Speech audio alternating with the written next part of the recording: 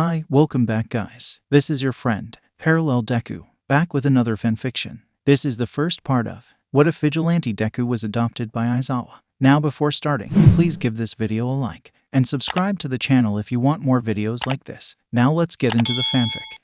The windows exploded from the heat of the fire, each LCK of the flames rising higher as the destructive force grew. The screams of the woman who had been stuck in the home resounded in the hero's ears. 11 minutes. It took 11 minutes for support to arrive. The woman might have been pretty at the start of the day. Her wide green eyes and softly rounded face, the only clues to what once could have been a person. Soot covered most of her body now. Charred flesh was still cooking, even as healers attempted to put out the embers residing in her flesh. No, not flesh. Anymore.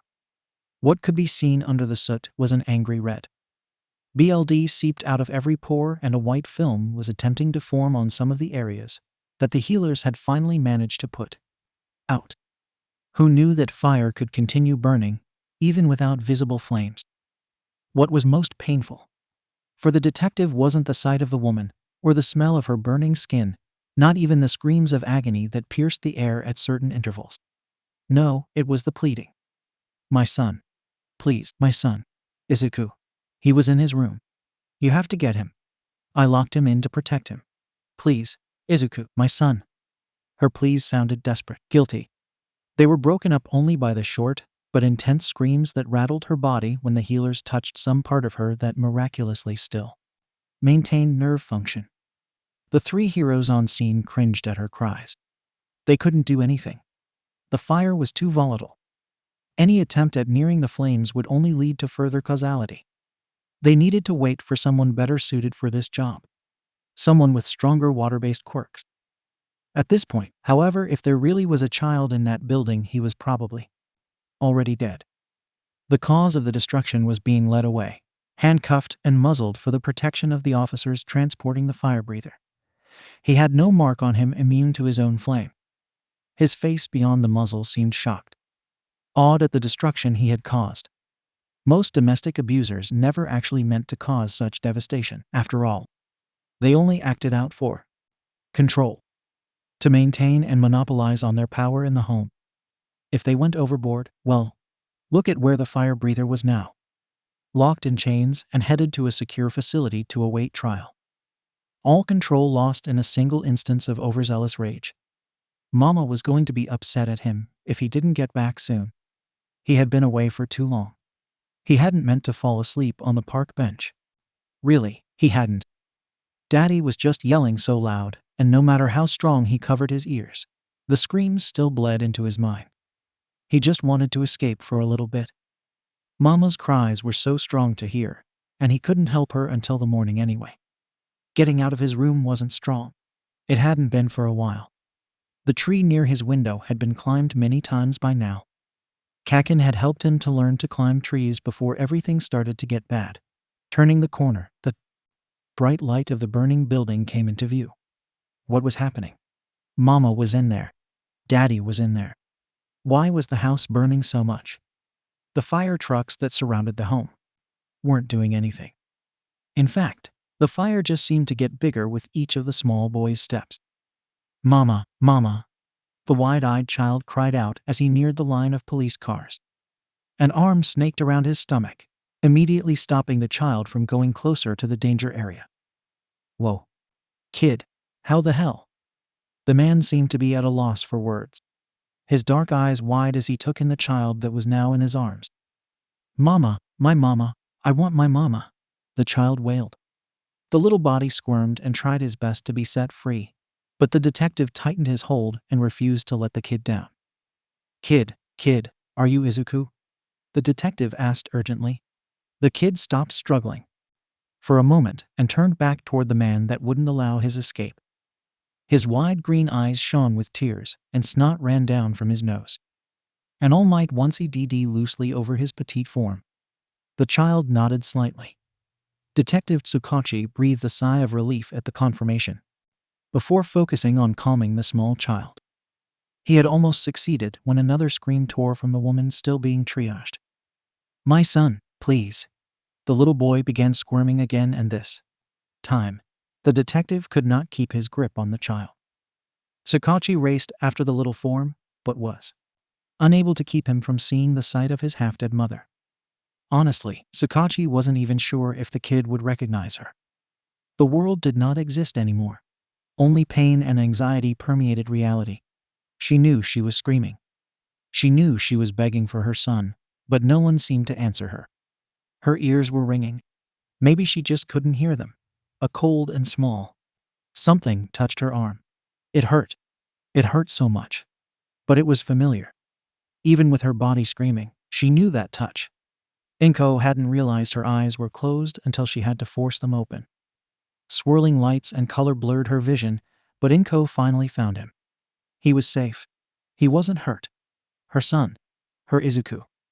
"Baby, I'm so glad you are okay." She cooed weakly. The fight left her body for the first time since her husband had first hit her that night. "I'm so sorry, Izuku. I'm so sorry."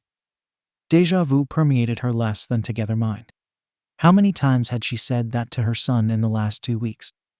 How many times had she apologized as she watched her child cry over his shattered dreams? She couldn't let that be the last thing he heard from her. She had to tell him even if she didn't see how it was possible. "Izu." It was strong to breathe. "Izuku, everything hurt. You can't, baby."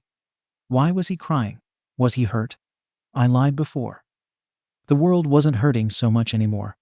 Everything was fading to black. "You can be a hero."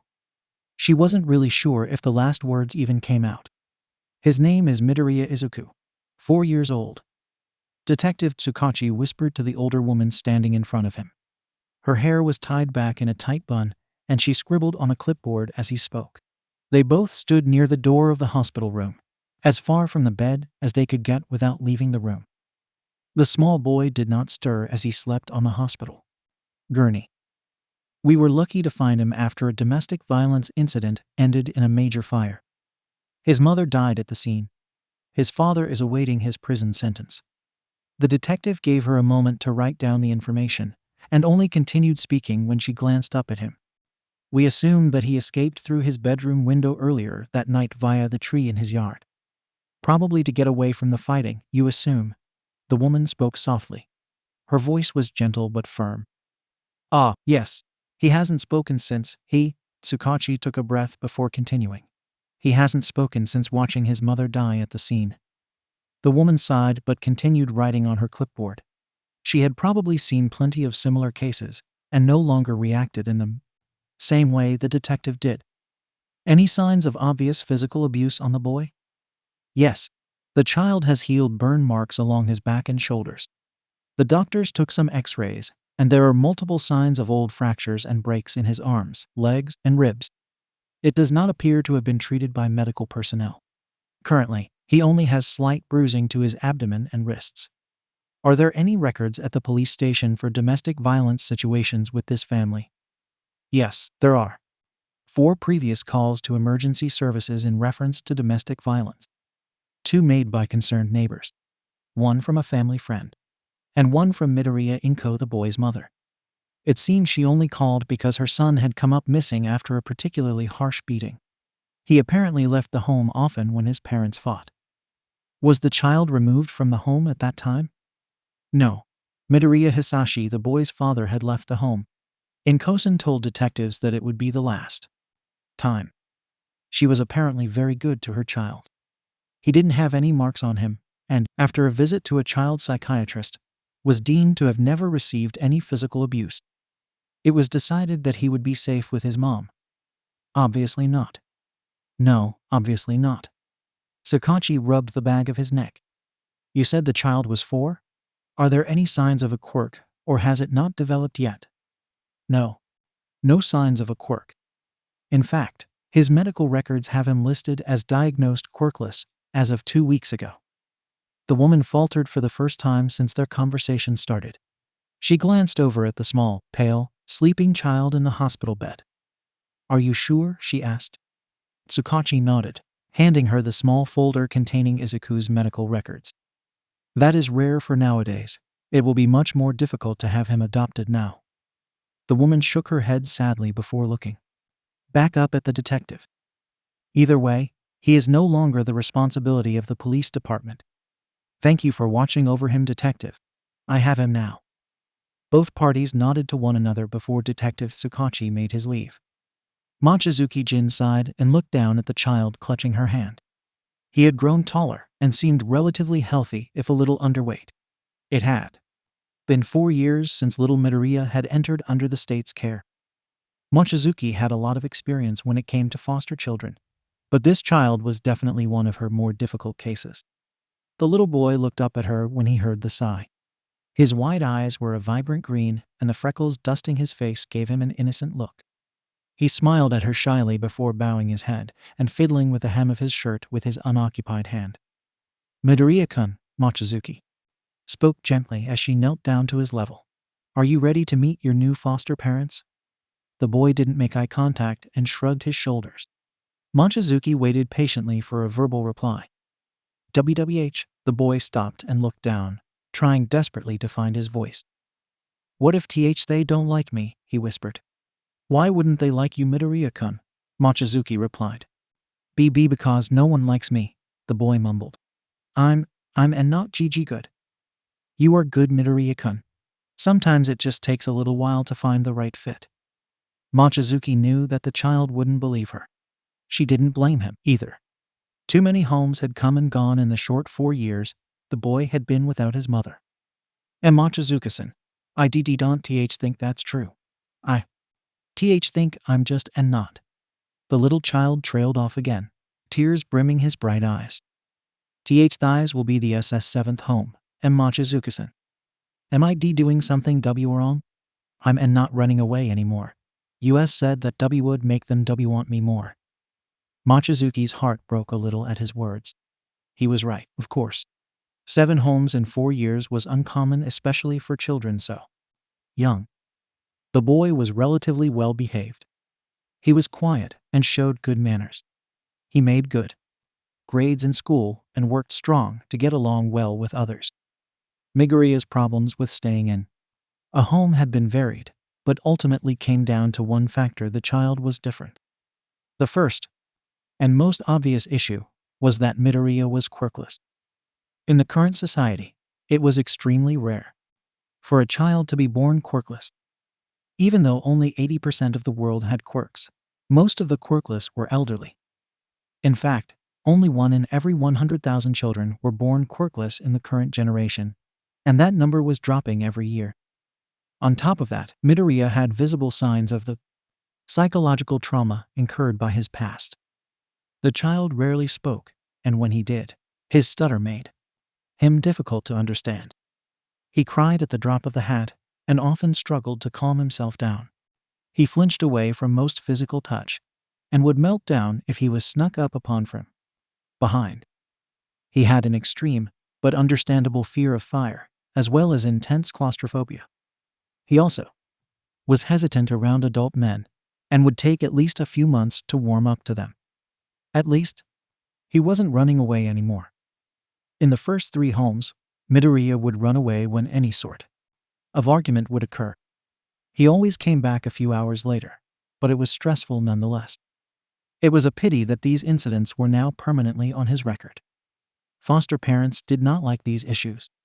One of the hardest parts of Mochizuki's job was finding foster parents for those in her charge. Japan heavily encouraged the foster to adopt programs for orphan children under the age of 13. Unfortunately, most parents refused quirkless children right away. If Mochizuki was able to find some that would accept a quirkless child, less than half would allow Midoriya to be their ward, mostly due to his multitude of negative blemishes on his record.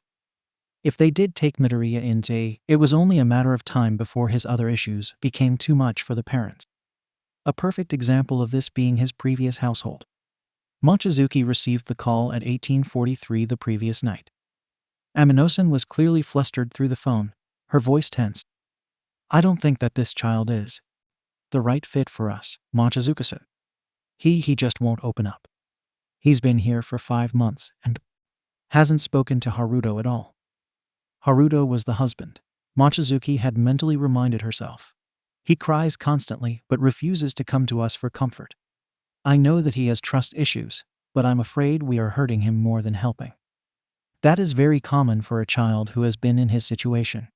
We spoke about this before you agreed to take him on. I know we did. It's just. The line was silent for a moment. Do you know that he is being picked on at school again?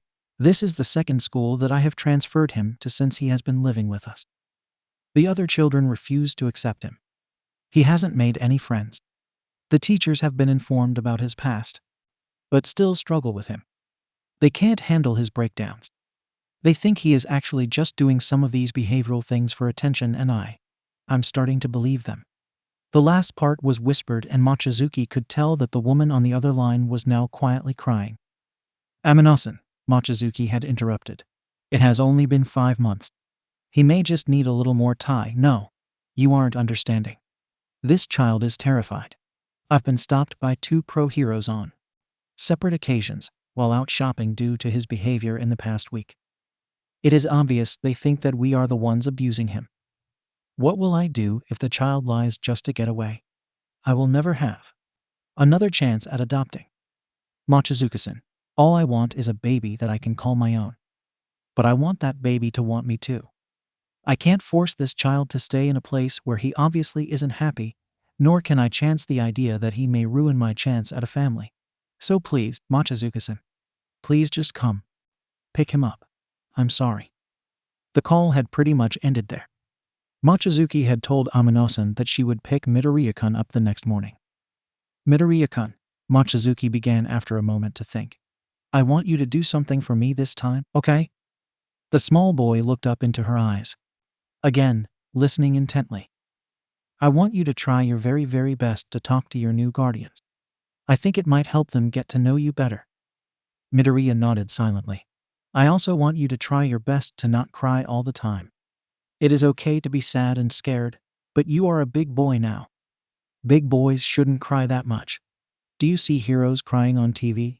Midoriya shook his head. No, heroes are st strong. That's right, Midoriya-kun. All Might is your favorite hero, right? The small boy nodded.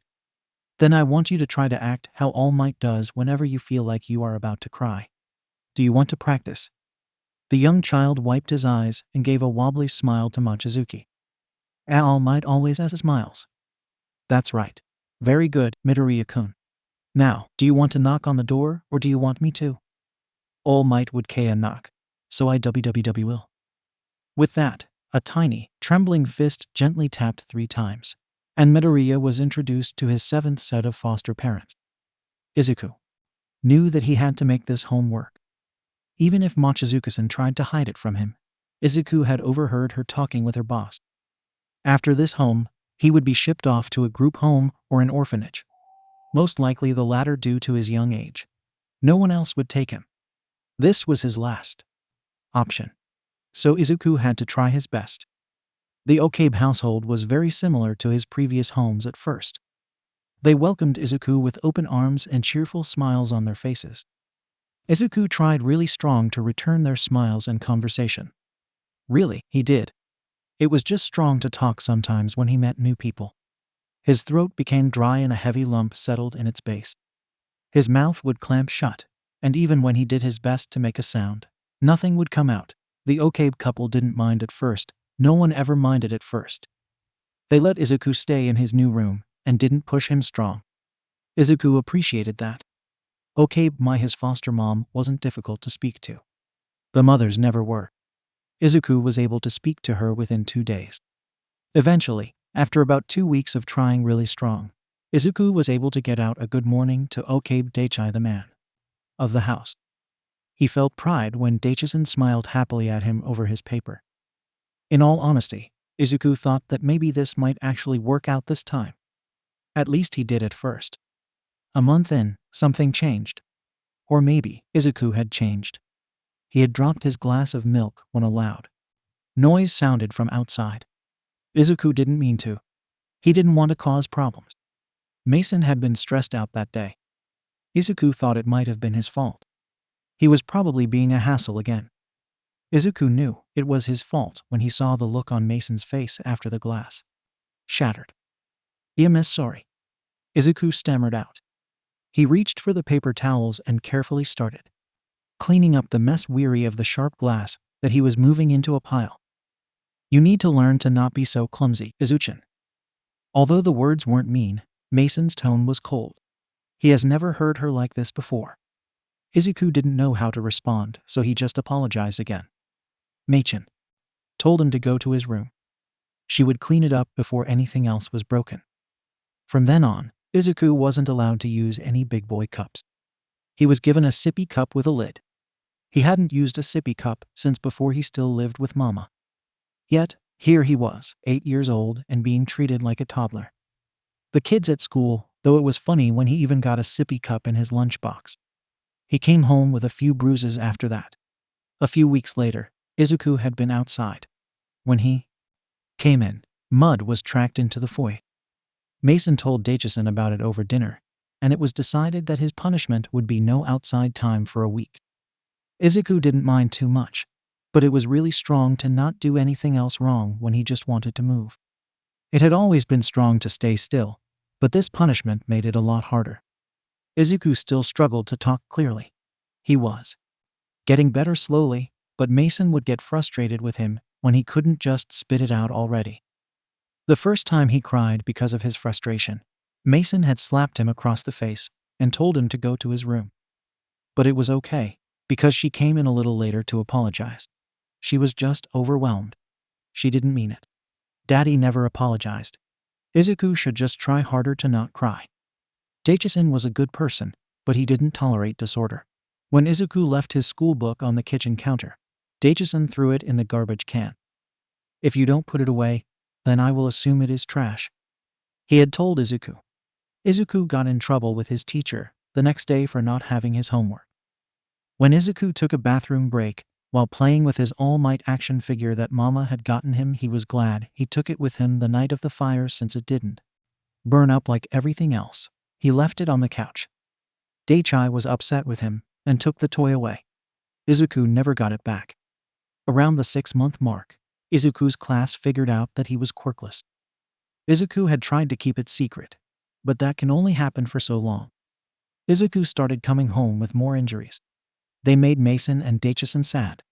They told him that he had to stand up for himself. They told him that it was obviously his fault if he got hurt when the other kids hit him. If he just tried harder. If he was just better. When Izuku ended up in the hospital after being pushed and hitting his head really strong, Daichai-sen decided to send him to a new elementary school. Kaken was there. But Kaken wasn't like he used to be. Kaken found out that Izuku was quirkless. Izuku became Deku. Deku started to realize that he really was just useless. Daijisen and Mason were not bad people. They let him take some self-defense classes when he moved to Kaken school. Izuku practiced really strong to make Daijisen and Mason proud of him. Daijisen said he made it really far in karate when he was little. Izuku preferred judo moves, so Daijisen let him take a mixed martial arts class to help with his confidence. When Izuku was hugged from behind in one of the classes, he messed everything up. He tried really strong to smile like All Might, but his chest had squeezed up. He could feel his skin burning, even though nothing was actually happening. Daijisen was not happy to have to put him in individual classes, and ultimately stopped taking Izuku at all. Instead, Daichai tried to teach Izuku at home. Daichai wasn't the most patient teacher. Izuku did his best to follow all the rules, but would mess up sometimes. Each time, the punishments got worse or would last longer. Izuku knew he probably deserved it. The first time Mason hit Izuku without prompting, he had just turned 10. By the end of the year, Daichai-sen had also started hitting Izuku as well. One day, after both Mason and Daijisen had kicked him around a little, something snapped inside Izuku's brain. He wasn't sure exactly what had happened. He was only aware that he had fought back and managed to get out. Izuku never fought back before. Was he bad now? Was he a villain for hitting the people who had so kindly taken him in? Mason and Daijisen probably never wanted to see him again. They were going to give him up. He would end up in the group home or the orphanage and not be cared for anymore. Did he deserve to be cared for though? He had caused so much trouble to everyone around him. Maybe it was better if he just disappeared. Maybe. Maybe it would be better if he just didn't go back. So he didn't. It took 3 weeks for missing persons posters to appear around town for Izuku. The news talked about his case for about 3 days. It didn't take too long for everyone to forget that he existed after that. It was really strong at first. Izuku didn't know where he would sleep. He didn't know where to find food. He was filthy and hadn't showered in what seemed like forever. But this is what he deserved. Eventually, things became a little easier for the 11-year-old. Izuku had found a few hiding places that would provide a few hours of sleep. He learned to scavenge for food behind restaurants, and he would wash himself off the best he could in the river at the park nearby. Izuku could do this way. He wouldn't be a burden to anyone. Even if Izuku was worthless, it was better than being a burden. The biggest problem that Izuku faced didn't appear until after he had settled into this new routine. You see, Izuku was bored. He didn't go to school anymore and his mind was aching to gather information. He had always been good at analyzing things. He was constantly searching for new things to learn, and this monotonous lack of information was driving him up the wall. He needed STMLTN. He needed to learn. So Izuku became a regular at the local library. It wasn't strong to trick the receptionist. The best lies always held some truth after all. I'm quirkless, so Mama thought it would be best to homeschool me. I'll be reading and doing school work while she is working during the week. I promise not to cause any trouble. He had told the lady when she questioned him. The woman had accepted his tale and left him alone after that. It was easy to make people leave you alone when they found out you were useless, harmless. Izuku read everything he could. He started with the more fun books like manga and fantasy novels, but quickly figured that he should be doing something more useful with his time.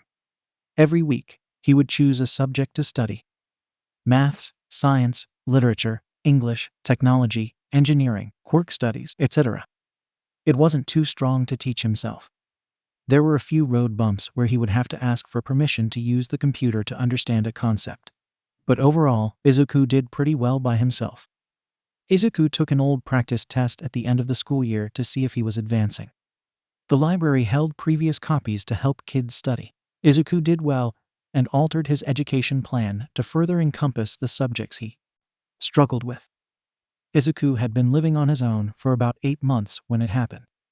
He had been walking around the back of the restaurant he liked to visit when he heard the woman scream. His body froze and his ears strained to pick up more noise. Another scream. Izuku ran towards it. This is a stupid idea, he thought to himself. The woman was being attacked by a relatively short and stocky man. His features were covered up by an oversized hoodie. The man was running his hands up the woman's shirt and attempting to pull down her skirt. The woman was trying to fight back, but her arms were glued to the wall she was leaning against with some type of brown substance. Izuku reacted before he could think. The man was lying on the ground in an instant, having been pushed over by the relatively small boy. Izuku scrambled to help the woman out of the substance, but was tackled to the ground by the man. That is my prey, the man snarled, his face inches from Izuku's. The man had pincers for his nose and mouth. His eyes were black bulges, and the brown substance dripped from his face. Izuku tried to kick the man off, but he wasn't strong enough. He glanced at the woman to see if she was okay, and was glad that she was still struggling to get out. She continued to scream for help, while Izuku was punched a few times by the bugman. Izuku tried to scream too, but his throat had closed up, his chest had tightened, and his mouth had clamped closed again. Damn it. Sometimes he really hated his selective mutism. Screw anyone who said it was a choice to not talk. It didn't matter though, because within only a few seconds, white bandage wrapped around the bug man, relieving Izuku of his weight.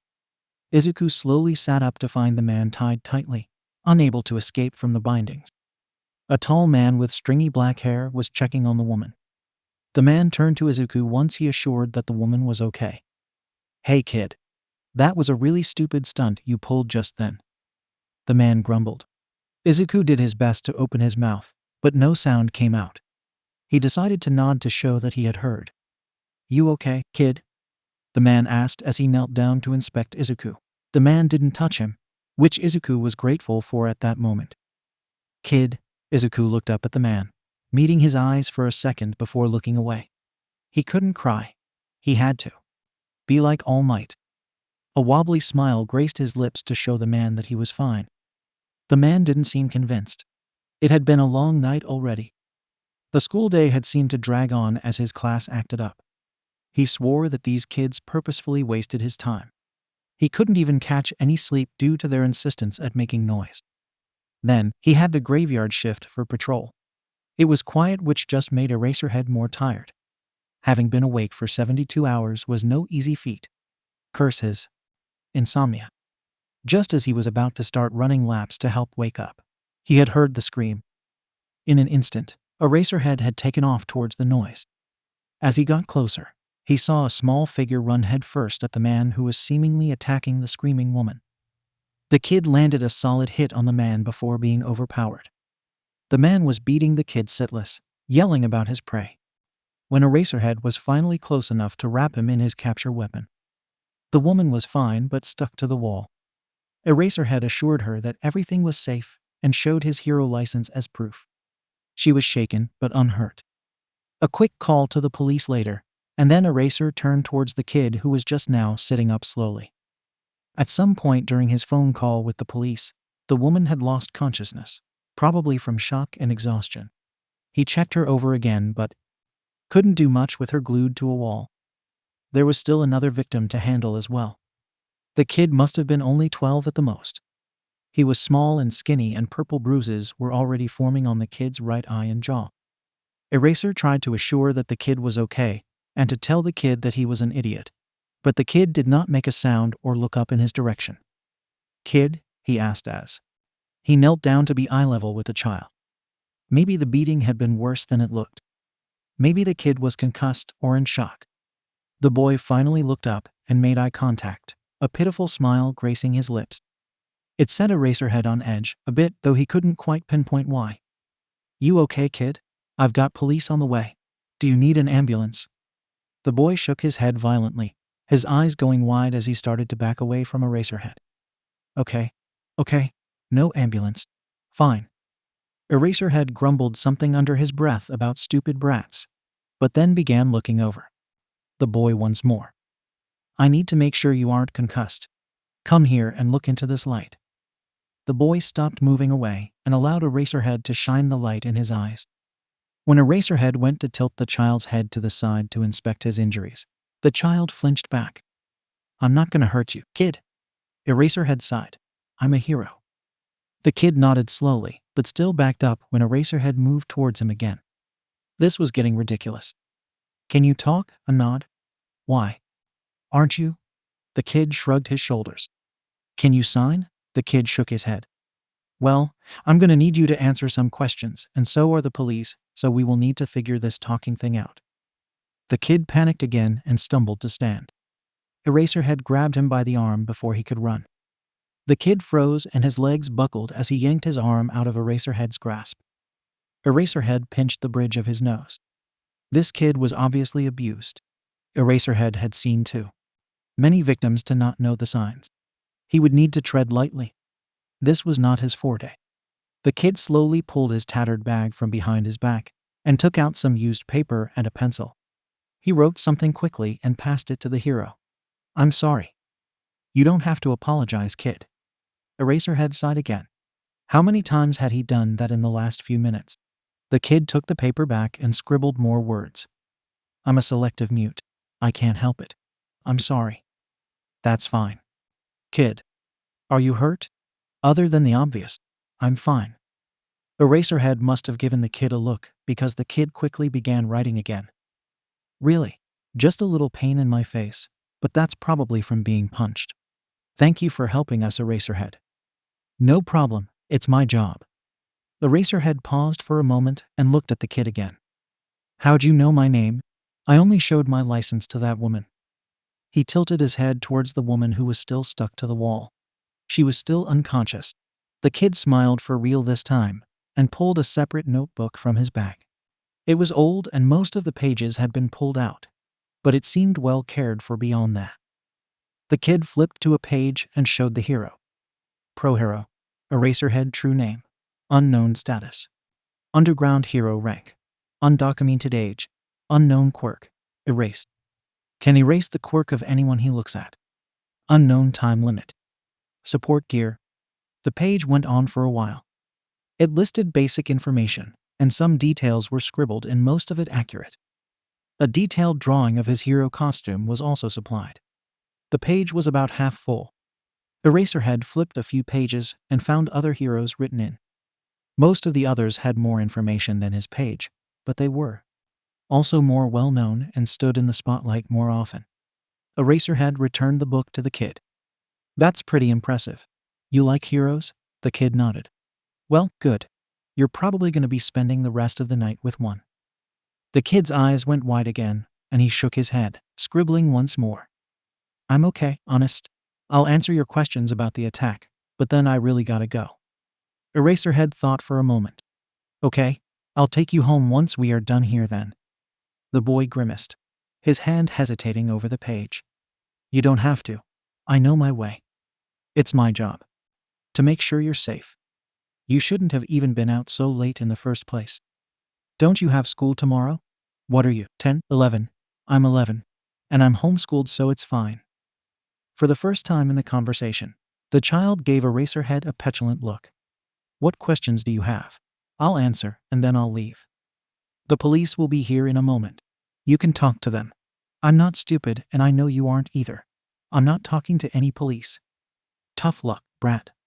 The boy stood up then and took a few steps back from the hero, his eyes narrowing in distrust. And a no. The boy spoke for the first time. No? I'm not Gigi Gana. You don't have much of a choice. The kid scribbled once more in his notebook. Then, the sirens sounded in the nearby alleyway. Eraserhead looked up, and then behind himself towards the noise.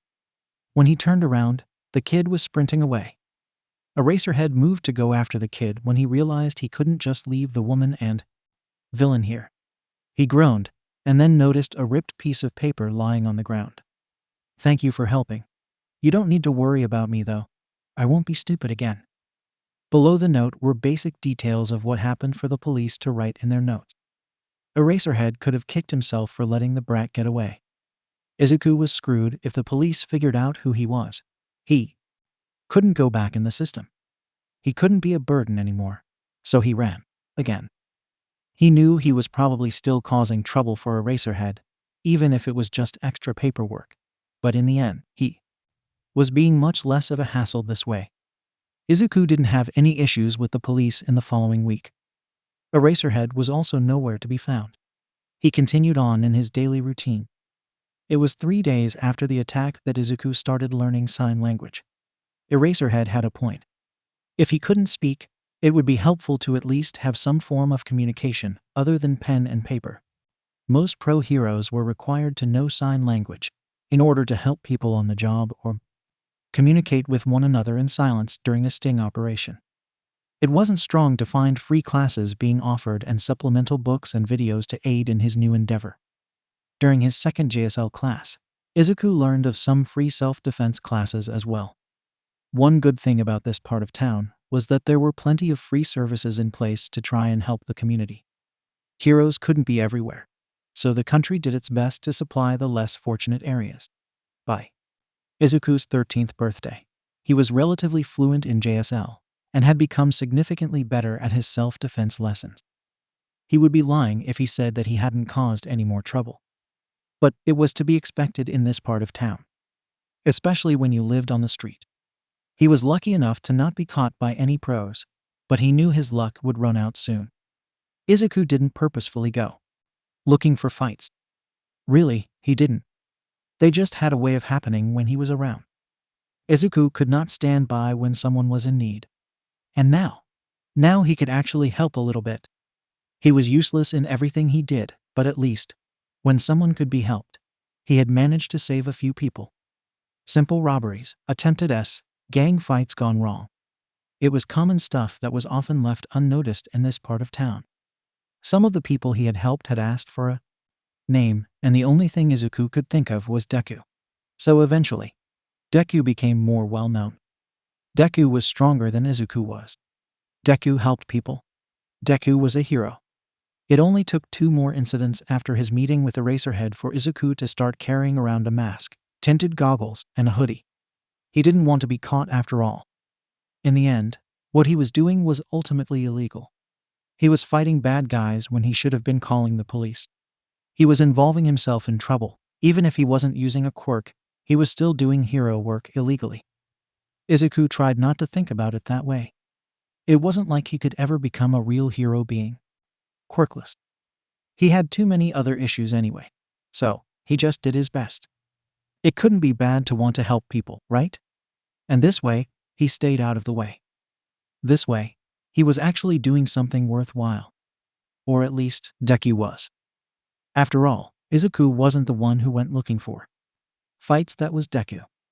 If Deku was in a normal situation, he would be starting to study for high school entrance exams right now. But he wasn't. Instead, he was crouched on the roof of a corner store, waiting, listening. He had gotten a tip that some drug deal was going down in the alley below.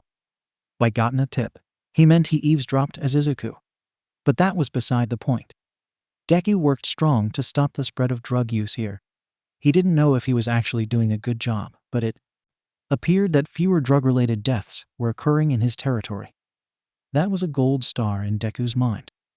3 men walked into the alleyway below. Deku thought he saw a flash of silver on one of the men's hips. A gun. Sit. Deku took out the knives he had scavenged and tied a clear string to the end of a few. It wasn't perfect, but it would do. Deku waited patiently for a few more minutes. A nervous-looking person stumbled into the alley, shyly greeting the 3 thugs who were already present. Deku knew this man, Seichusen. He was a heavy user who struggled to pay his debts. Deku groaned quietly and rolled his eyes when he saw him. That idiot. He had promised to go clean the last time that Deku had to save his butt. Deku didn't really blame him though. Seichusen used to ease his quirk. Seichusen had a quirk dubbed share. Any person he touched would immediately share any pain they felt with Seichu. It wasn't able to be turned off. The pain that Seichu experienced from other people lasted anywhere from a day to 2 years, depending upon the severity of the person's pain. If he wanted, he could share his own pain as well. But that also required touch, and would essentially just increase his own amount of pain, so he didn't bother. He couldn't afford quirk-suppressant drugs that some people use to ease the pain that some quirks could cause. Thus the drugs. Deku couldn't quite hear the whispered conversation occurring between the 4 people, but he understood the process. Seichusen handed over a small wad of cash and curled in on himself a bit when his hand accidentally brushed one of the thug's hands. The man didn't notice and started to count the money immediately. "You're short." The words were the first clear piece of conversation that Deku had heard. Seichusen mumbled something and put his hands up in a show of peace and SBMSN, but this only caused the other 3 to laugh. Deku inched closer to try and gain more information. Maybe he should look into getting an enhanced hearing aid so that he could amplify the sounds and hopefully hear conversations better. Os said, 200 zuzuzan yen or L. I promise to have the rest by tomorrow. Seichusen's voice was a high squeak. There won't be a next time, Seichusen. The only man who had yet to speak, the one with the gun, stated clearly. Before Seichusen had a moment to reply, the gun was pulled and a shot rang out. Deku almost hadn't reacted in time. Luckily, he had understood the tone of voice that the man spoke with. Deku was good at understanding people. He analyzed situations, quirks, people, and anything else he could on an almost constant basis. He was already skilled before his time on the streets, but his ability had enhanced exponentially since it was forced to. Deku had thrown the knife tied to the string quickly, hitting his target with practiced ease. The knife pinged against the gun, causing it to fly from the man's hand. Deku pulled the string and his knife came flying back quickly. He couldn't lose one of his only weapons, after all. The 3 men froze when they realized what had happened and began looking around warily. Run, Deku thought urgently towards Seichusen. The man didn't move. Deku could have punched him for his stupidity. Deku could hold his own in a fight, but he wasn't stupid. 3 grown men who most likely had quirks against a malnourished and quirkless teenager were not good odds. It didn't matter that Deku probably had more training and fighting experience if he had to fight. An injury was pretty much guaranteed. One of the men seemed to get the idea that Seichusen was the one who had stopped the gun. The man's shoulders squared, and he took a defensive stance. That wasn't a smart move, dumbass. He called towards Seichusen. This man was blonde and had an overall buff appearance. He seemed to be the muscle. He most certainly wasn't the brains. This became obvious when the man took off his jacket and shoes, revealing Gorley's arms, hands, and feet. His muscles bulged, and he went after Seichusen. Deku threw another knife, this time letting it stick to the opposing wall. The Gorlemon clotheslined the nearly invisible string and landed on his butt. "The FCK," the man who collected the money called out. "What the hell is your quirk?" Seichusen shook his head as he finally started backing out of the alley. "It wasn't me, I swear." The money collector snorted and then started to move towards Seichusen as well. He was more cautious than his friend. The man placed his hand on the wall of the building, and suddenly the alleyway was closed off to the street. Brick or stone manipulation. A weak form of reality alteration. Deku grit his teeth as he thought through a way to get Seichusen out of the situation without getting himself hurt. That moment of thought was short-lived when the Gorlaman stood again. Before he could stop himself, Deku was pushing Seichusen out of the way of an incoming fist. Sidestepping the gorilla, Deku took out the man's feet with a swift sweep. Deku elbowed the man in the face to allow time for him to locate the pressure point on his neck. It was a new technique that he was learning, and it only worked a portion of the time. If you didn't hit the pressure point just right, nothing would happen. Deku seemed to luck out, however, and the Gorlaman's body slumped in relaxed unconsciousness. The man who had closed off the valley was on Deku's back in an instant, his arms wrapping around the small boy in a chokehold. Deku froze for an instant as past traumas lit up in his mind, but he shook his head quickly. He was Deku right now, not Izuku. Deku didn't have past trauma. Deku wasn't around then. Deku leaned back towards the man. This not only threw off the man's balance, but also allowed Deku to take a much-needed breath. The small boy grappled at his own pockets, pulling another knife. He swung his arms up towards the man, making sure to only nick his cheek. If you aim a sharp weapon in the direction of someone's eye, they are likely to let you go. The man stumbled back, cursing. "You're Deku," the man stated as he wiped his cheek of BLD. Deku didn't respond. "Our boss would love to have your head on a platter, you little sit. I'm sure many drug dealers would like my head." Deku replied hastily, no stutter present on his voice. Izuku was the one who stuttered, not Deku. The man dug into his pocket and threw a bunch of small objects at the ground. Deku jumped back out of the way. Small pieces of metal littered the cement. They were partially made cubes. Some had only 2 sides and others had 3 to 4. They didn't look like explosives, nor did they look sharp. Deku paused for a moment, confused as to their purpose. "Was that supposed to do something?" Deku asked after a moment, the unimpressive display being a little disappointing. "Wouldn't you like to know?" The man lunged at Deku, who dodged, only to fall to the ground, a sharp pain in his ankle.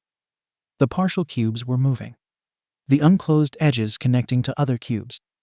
2 cubes now held Deku's ankle trapped and connected to the wall, the tight grip bruising him almost immediately. "That was actually really clever," Deku praised. "Is this part of your quirk?" The man threw a punch at Deku, but he managed to duck and hit him in the stomach. "What is it?" "I thought it might have been brick or stone manipulation at first." The man managed to slap Deku, the cubes releasing his ankle and causing him to fall. Deku rolled with his momentum and stood again, the pain in his ankle dulled by adrenaline. "But that doesn't quite fit. You would be using the ally more if that were the case." Another first aimed at him, and once again he dodged, only to run head first into a metal plate that was connected with the wall. "Ouch. That wasn't very nice," Deku teased, rubbing his nose as he backed away from the man. "I think I'm starting to figure it out though. You can connect openings, like the opening in between the buildings, corner connection, but it seems to only work at 90-degree angles." The man froze and then laughed. "So it's true. maybe a brat, but you've actually got some smarts. Pity it'll be gone by the time I'm done with you."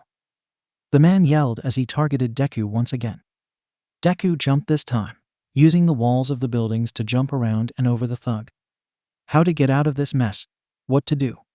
He already called the police on his burner, but they weren't expecting the alleyway to be closed off. He needed to knock this guy out. Deku turned and lunged towards the man's back, hand outstretched, hoping to grab his inner elbow. Then, pain exploded in the boy's shoulder. SHT.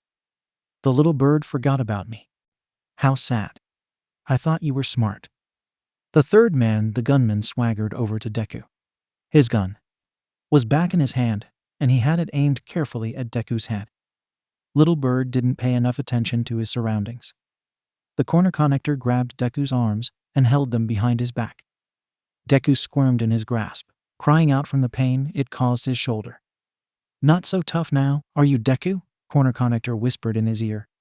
"Make sure he is secure, Hitch." The gunman drawled. "We don't want the little bird to fly away before we are done having our fun." The corner connector Hitch obliged his companion. He used a few of his cubes to create makeshift HNDCFFS that bit into Deku's skin and then connected him to the wall. Deku was left kneeling on the cement with his arms tied behind his back. This was bad. Deku was screwed. Izuku began coming to life in Deku's mind. Tears began to burn in his eyes. His throat began closing up. "Little bird, watch." Deku looked up at the gunman's words.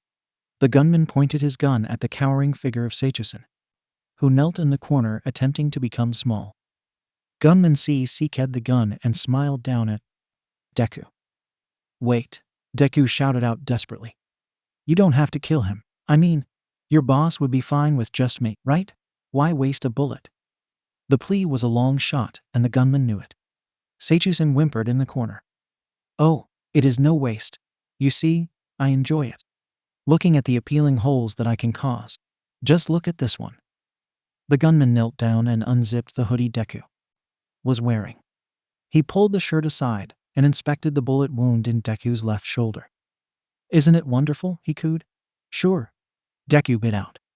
"If you're a crazy lunatic, I'm sure that it looks delightful." The gunman chuckled. "I'm not so different from you, little bird. We are of the same ilk. We are both criminals.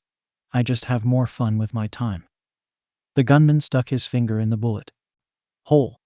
Deku screamed. "We got a call that there was a drug deal going down in an alley nearby. He has never been wrong before. Hopefully, he has stuck around so we can finally stop him. Helpful or not, vigilantism is illegal." Detective Tsukachi spoke with Eraserhead. The detective had been on the case of the vigilante Deku for only 3 months, but the illegal hero had made an impact on the man. The vigilante had become a relatively well-known name in the area. His territory spanned about 20 blocks and crime rates had plummeted. Or at least deaths from crimes had. The vigilante never left anyone more injured than necessary, the worst being a few broken legs, shallow stab wounds, and the very common concussion from being knocked out. There were never any life-threatening injuries to any of his victims.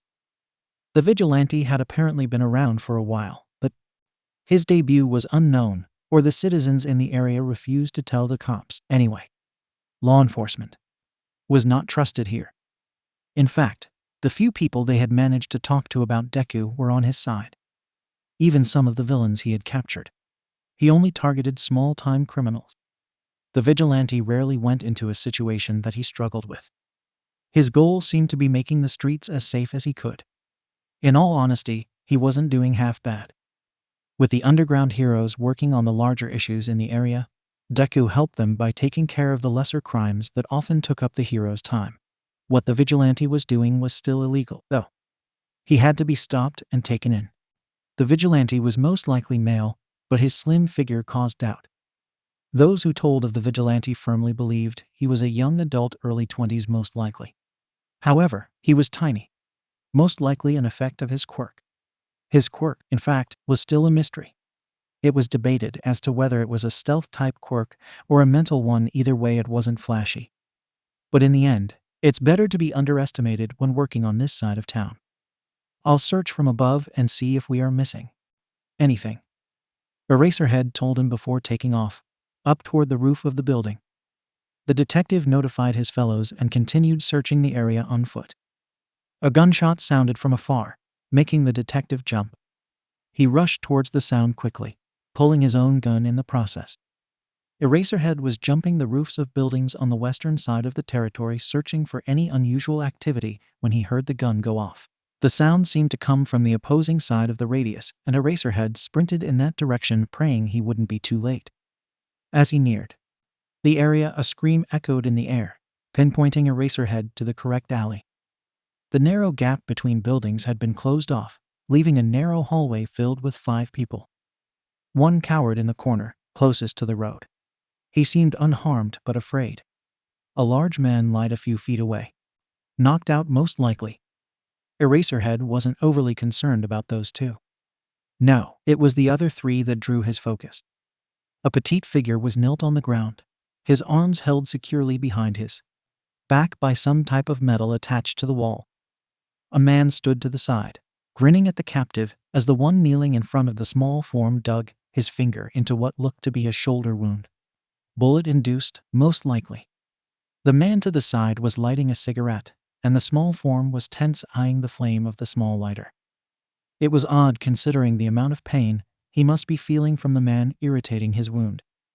The crouched man, who was still twisting his finger in the bullet wound, seemed to notice and motioned for the other to pass over the lighter. "Little bird, are you afraid of your feathers getting burned?" The man lilted. He had the lighter on, and the captive, who the Eraserhead was pretty sure must be the vigilante Deku, winced and tried to back away. "Ha! How pitiful. How the hell did someone so weak cause such distress to the boss? We took him down like it was nothing." The standing man laughed. "Shut it, Hitch. I'm trying to enjoy myself," said the kneeling man. Hitch grunted and rolled his eyes, turning towards the man cowering in the corner. "Fine. Then I'll go play with Seichusen while I wait for you to finish." "No," the vigilante called out. "Leave him alone. He said he would pay you back. Just give him a chance." The voice sounded young. Eraserhead tucked that away to be investigated later. "Little bird, who are you to be worrying about someone else when you are in such a position?" The lighter was moved closer to the vigilante boy's face. The child backed away as much as he could. "You always wear that mask. I wonder if it's fireproof. What a fun way to find out who you really are." Before the lighter could reach the cloth, Eraserhead acted, his capture weapon springing into action, his quirk activating. In a matter of seconds, the 2 aggressors were wrapped up, the one called Hitch having lost consciousness when his head hit the ground after the capture weapon was used on him. The wall closing off the alley disappeared, and the boy fell forward, his bindings released. "If you move," Eraserhead called out to the child below, "I'm gonna get PSS." Deku was saved. He was also in a world of trouble. Of course it had to be Eraserhead to come to his rescue. Why couldn't it be someone who owed him a favor? Or another vigilante? Why was the world so f***ing cruel at times? Not like I really have the choice to move or not, Eraser. Deku called back. Deku would have sworn Eraserhead rolled his eyes even beyond his goggles. The pro-hero put a hand to his ear and murmured something, most likely speaking through an earpiece, and then jumped down. "The hell happened?" Eraserhead drawled. "Seichusen over there was being an idiot and trying to cheat drug dealers of their money. Then he was an even bigger idiot when he didn't take his chance to run." Deku said this all in the direction of the still cowering man. "I'm sorry, Deku. I'm sorry. I know I promised and yeah, I get it. Just run the next time there is a distraction. Don't just f***ing stand there in awe.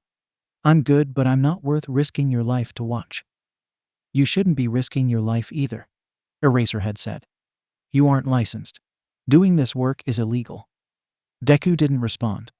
At that moment, Detective Tsukachi appeared in the entrance of the alley with a handful of cops. "You caught them, Eraserhead. Thank you." The detective walked towards Deku and Eraser, whilst the other cops began handcuffing the other 4 in the alleyway. The detective stopped and crouched down to be on level with Deku. "I've been searching for you, Deku. You've become pretty popular around here." Deku snorted and rolled his eyes. though his tinted goggles covered it. You look a lot younger than what the reports have been saying. He sounds younger too, Eraserhead supplied. I'd put him as a young teen based on his voice. Detective Tsukachi jolted in surprise, and then peered curiously at Deku. You take my mask off and I will bite you. Deku spat out when Detective Tsukachi moved his hand toward his face. The detective was smart enough to back off at that statement. Don't be a pain, brat. The detective needs to know who you are, especially if you are underage. He will either do so here or at the precinct. Either way, you're found out. Don't fight us. Who said anything about going to the precinct? Deku questioned. I'm just hanging around until I see a chance to escape. You put me in any of your squad cars, and you won't see me by the time we arrive at the station. Is that your quirk? Can you teleport or something? The detective questioned. No, I'm just really good at picking locks. Deku supplied, not caring if they believed him or not. Deku's shoulder was starting to really P&D, and the uncomfortable sticky liquid seeping into his clothes was becoming a nuisance. Let me check out your shoulder, Eraserhead said as he also knelt down next to the detective. I'm fine. Bullshit. Eraserhead went to inspect the wound, but Deku grabbed his arm in a death grip. Do I need to spell it out, Eraserhead? Don't FC King touch me or my stuff. I'll be fine. I always am. Deku refused to let go of Eraserhead's arm until he answered. Fine. The older man conceded after a moment. At least use this to apply pressure. You look like you are bleeding a lot. Eraserhead took some gauze out of his pack and passed it to Deku, who did as he was told. Sir. One of the policemen spoke to Detective Tsukachi. We have secured the scene and are ready to transport the villains. The detective nodded and then turned back to Deku. You need to come with us. Eraser and I weren't lying about you coming to the precinct. Am I under arrest, Detective Essen? Deku asked quietly. Yes. Why? You have broken the law, kid. Eraserhead supplied. Multiple times according to the detective. I've broken the law by helping people? Deku questioned. Vigilantism is illegal. Deku, you are smart. You should know that. Even if I never used a quirk, that made the two men in front of him pause. You never used a quirk? The detective asked uncertainly. Never had to use it. Deku supplied. If you can't prove that I used a quirk, am I still under arrest, Detective Essen? Well, no. But you are still needed for questioning. Ah, okay. Well, I guess that is fine then. Let's go. Deku got up from his spot on the floor slowly, weary of his injury. Eraserhead was immediately on high alert. There was no way this kid was going to come willingly. The kid was up to something. A moment later, his theory paid true. As the boy stood, a few things fell from his pocket. Two small S rolled to the ground. One shot out a bright light, blinding both the hero and the pro, and the other let off a cloud of smoke that burned the eyes of everyone in the vicinity. Eraserhead immediately went to higher ground to scout for the boy.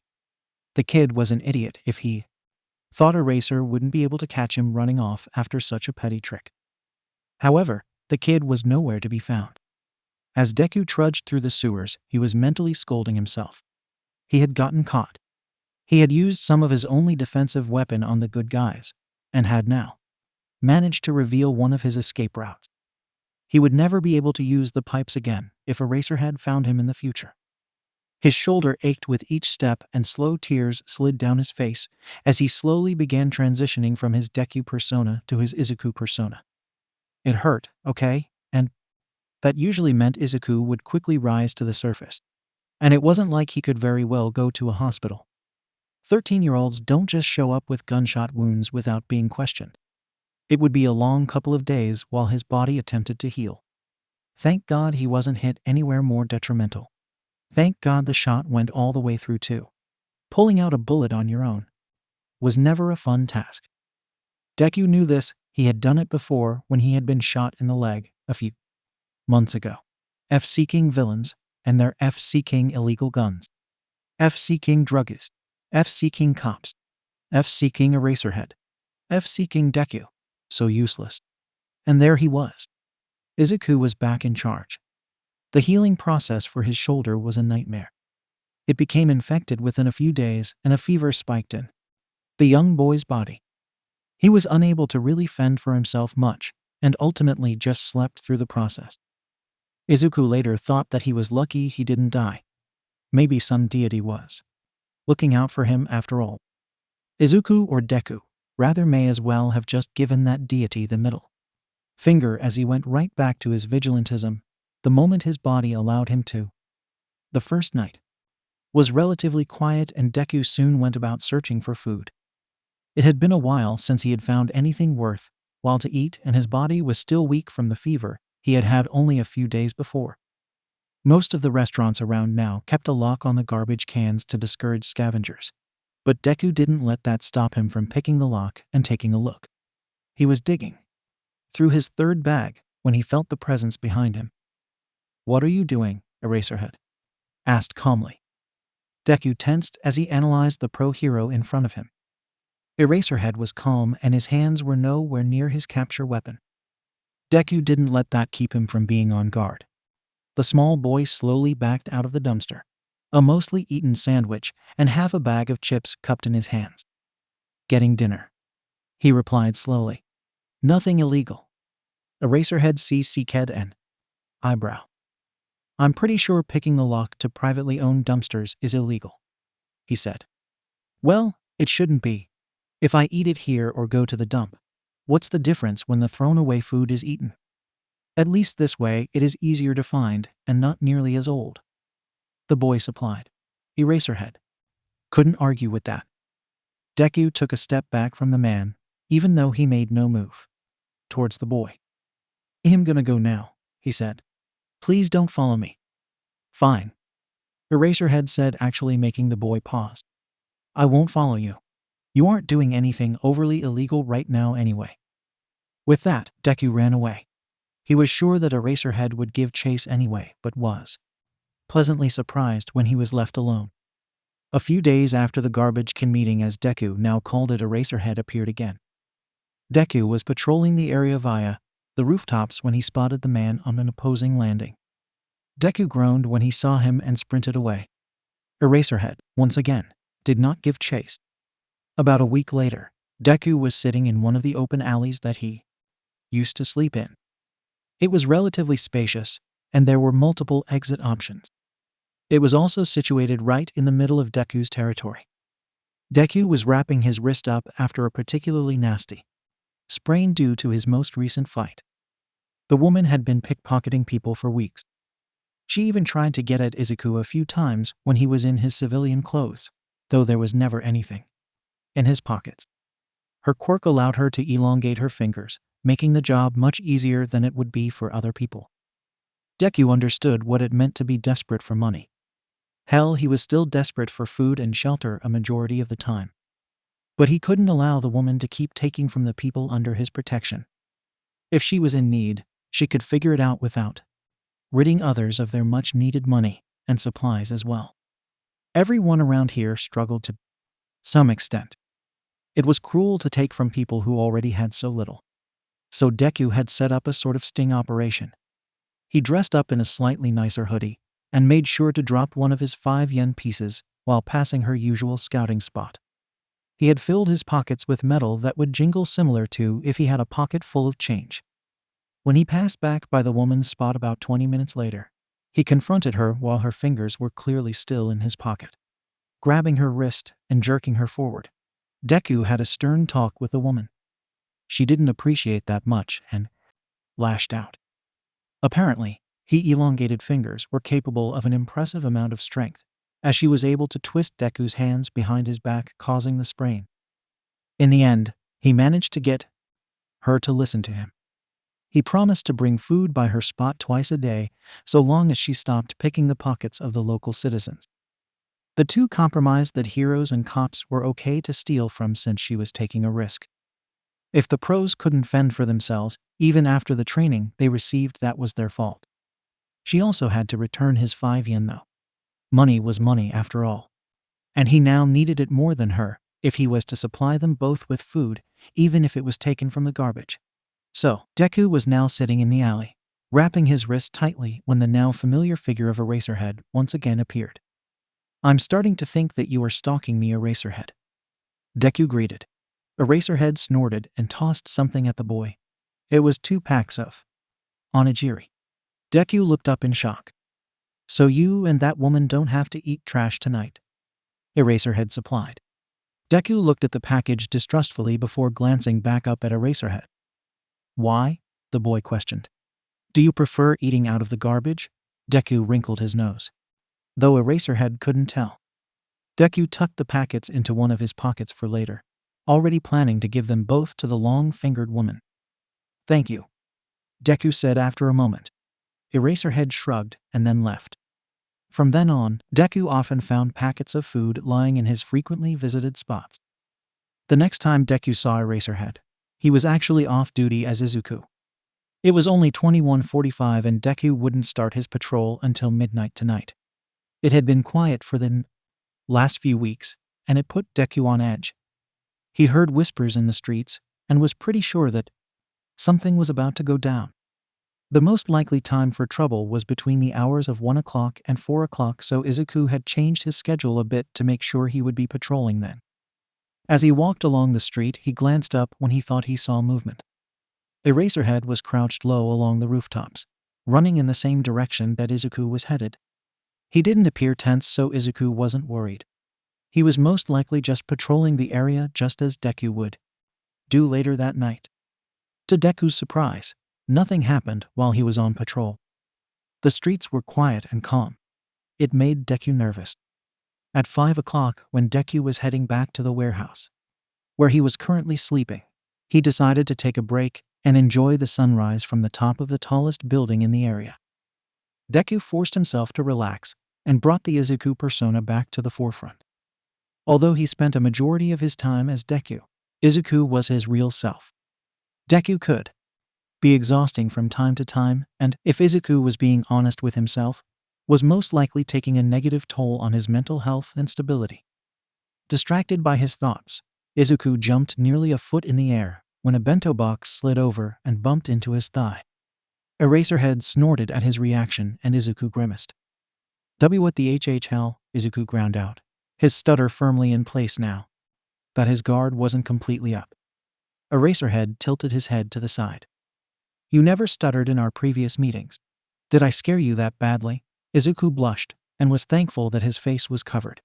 He signed a quick FCK off in the direction of Eraserhead just to calm his own nerves a bit and give a moment for the Deku persona to catch up with the present. You are usually more aware of your surroundings, Deku. Are you tired or something?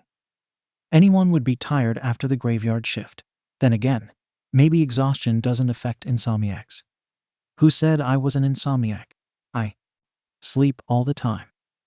The bags under your eyes don't match with your words, Eraser. Well, if you worked 2 jobs at opposing hours, your eyes would look like this too. 2 jobs? I teach at UA during the day. I'm surprised you didn't know that already. Eraserhead snorted. You aren't the easiest person to collect data on, you know. Deku mumbled. The two sat on the edge of the building in silence for a while, watching the sun peek over the horizon. I'm going to need the bento box back once you have eaten the food. My roommate will be PSS if I don't bring it home. Eraserhead said after a moment. Izuku slid the box back over to the man without taking a bite. Eraserhead sighed. You need to eat, kid. I do eat. I get food every day. What I give you isn't poisoned. I never suspected that it was.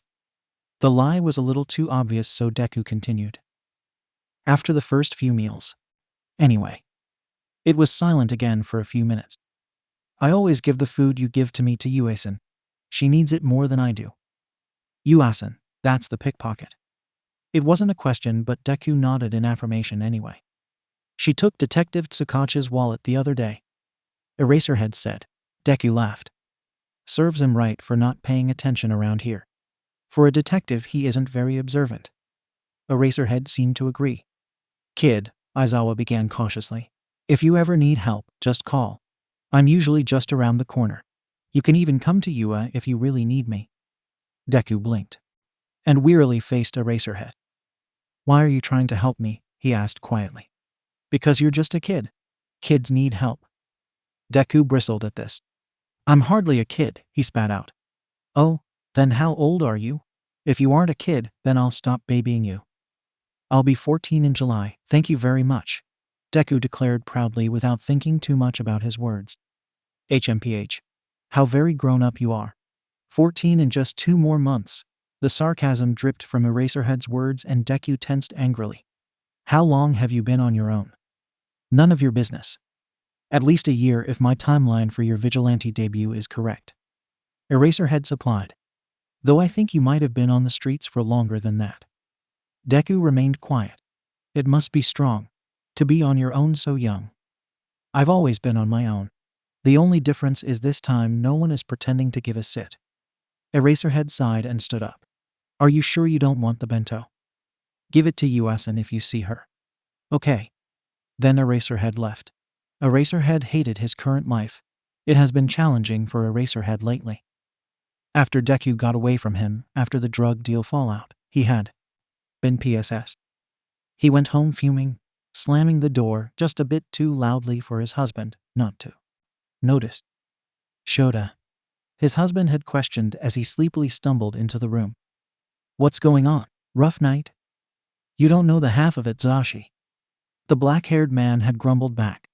Aizawa Shota, aka Eraserhead, lived in a small 2-bedroom apartment with his husband and fellow pro-hero Yamada Hisashi present Mike. The two had been together since high school, but had only recently married 3 years previously. Few people outside of their day job colleagues knew of their relationship. In fact, most people would have denied such opposing personalities to ever be together, even if the relationship were put on display for the whole world. Yamada was loud, energetic, and was constantly found in the spotlight, whilst his husband preferred to remain quiet, observing from the sidelines and staying out of the public view. Somehow, though, they complemented one another. Aizawa prided himself on his ability to think rationally, but in certain circumstances such as when dealing with a particularly young vigilante, it was Yamada who took on the more logical role, whilst Aizawa's thoughts were clouded over with emotion. Anytime kids were involved in something reckless or potentially harmful, Aizawa struggled to distance himself, a trait that Yamada found quite endearing about his husband. For the past few weeks, Aizawa had been working to gain Deku's trust, an idea of Yamada's, but he did not think the work he was putting in was paying off in the slightest. So, for what felt like the 100th time, Aizawa slumped into the kitchen, disappointed with his interaction with the kid. The coffee was already brewing and Yamada was busily gathering papers and personal items for work. Aizawa made himself a cup of the strong caffeine and silently sat in his chair, pondering the last few hours. What happened this time, Shota? Yamada asked a bit too loudly for the early hour. Nothing. Just like every other time I see the kid. Aizawa closed his eyes and rolled his neck. It doesn't seem like nothing. You look more content than normal. Yamada was behind Aizawa, his hands finding their way to his husband's shoulders and massaging the tense knots that had formed throughout the night. Aizawa hummed. The kid is 13. He can't even legally hold a job yet. Yamada waited patiently for his husband to continue one of the few times in the day that he would be silent. How the hell did a 13-year-old kid land in that situation? He's been a vigilante for about a year and had probably been alone on the streets far before then. How the hell does the system let these kids fall through the cracks like this? Aizawa's tone was harsh. He was angry at the system. He was angry at the world. Hell, he was angry at the kid for not trusting him. Ultimately, though, he just wanted things to be okay and knew that it would take a long time for that to occur. You're coming so far with him, Sho. His husband provided. Aizawa snorted. Oh yeah, plenty far. I now know that his vigilante name is Deku, and that he is 13. I could write a book with all that information. Yamada couldn't hold back his smile at the pitiful sight in front of him. He was glad Shota had his eyes closed, or else that smile might have landed him on the couch. Shota, you have been studying this kid for weeks. You know more about him than probably anyone else. You know that he is intelligent and prides himself on his analytical skill. You know that he uses his analysis of quirks to aid him in winning fights. You know that he has become significantly better in the past year, When it comes to fighting style, proving that he probably works extremely strong to better himself. Yeah, but anyone could guess that. Then list the other multitude of facts that you have learned. Aizawa groaned and put his head in his hands. No matter how strong I try, the kid just won't open up. You know that he hasn't eaten a single one of the meals I've left for him. He still thinks I'm out to poison him or something. I thought you said he was sharing his meals with that homeless thief. Yeah, he is. He told me to take the bento to her today when I saw him. It was obvious he was hungry too. Yamada hummed. So he trusted you to feed a person that he is caring for. Aizawa blinked his eyes at his husband. What? Well, this is a kid who places himself in danger on a nightly basis to protect those around him, even those who cause him harm. Do you think he would let someone he doesn't trust give food to one of the only people that he spends time with on a daily basis? Yamada paused, GG his husband's reaction. If a different hero, say Snipe, were to give the kid food, what do you think he would do with it? He'd probably toss it in the river. Aizawa muttered. Exactly. Now stop being so goddamn strong on yourself. You are doing something that most would deem impossible. This kid doesn't trust anyone from what you have told me. He is secretive and scared. Yet you have gained a bit of his trust more than anyone else. You're really laying it on thick there, Hisashi. Aizawa drawled, finally seeming content. Well, I have to. Or else you would end up digging yourself a self-pity hole so deep it could be your grave. Hisashi smiled down at the sleep-deprived man and gave him a small peck on the forehead. Now hurry up and change. We have to leave in 10 minutes to make it to our classes on time. With that, the happy moment was over and Aizawa Shota once again hated his life. With his husband's encouragement, Aizawa continued seeking out the boy and building a relatively stable relationship. They usually met on the rooftop of one building or another every few days to catch up. They even worked together a few times though. Eraserhead left out Deku's involvement in the official reports. After another half a year, Aizawa finally seemed to be making clear progress with the kid. Deku still refused to accept any of the food Aizawa brought him no matter the quantity. Instead, he would give it away to the other homeless people in Deku's territory. Aizawa came to realize that the kid did this, not because he didn't trust to eat the food himself, but because he was simply that good-natured. Why take something that can be given to someone who needs it more? Deku had said one night. Sure, the stuff I eat isn't fantastic, but at least I have the skills to find it. A lot of the people around here don't. Deku slowly began telling Aizawa of his life before his vigilantism as well. It came in short segments, often followed by a few days of the boy avoiding him. In the end, Aizawa was able to piece together a relatively difficult past. The boy had lost his parents when he was a toddler, or before entering school, at least. No more information was given on the topic, but Aizawa could tell that the memories of whatever happened still haunted Deku. Following this, Deku had been passed around quite a few times. Aizawa wasn't exactly sure how many, but he had managed to distinguish at least 5 separate families from the memories Deku shared. 2 in particular stood out. The first was the source of Deku's happiest memories. A young couple had taken him in when he was around 6. Deku spoke of his first day of the first grade with pride. He had apparently been given a bright yellow backpack to tote around a few notebooks and crayons, as well as the All Might toy that was his only possession from when he lived with his biological parents. He had kept that backpack until it literally fell apart at the seams about a year into living on the streets.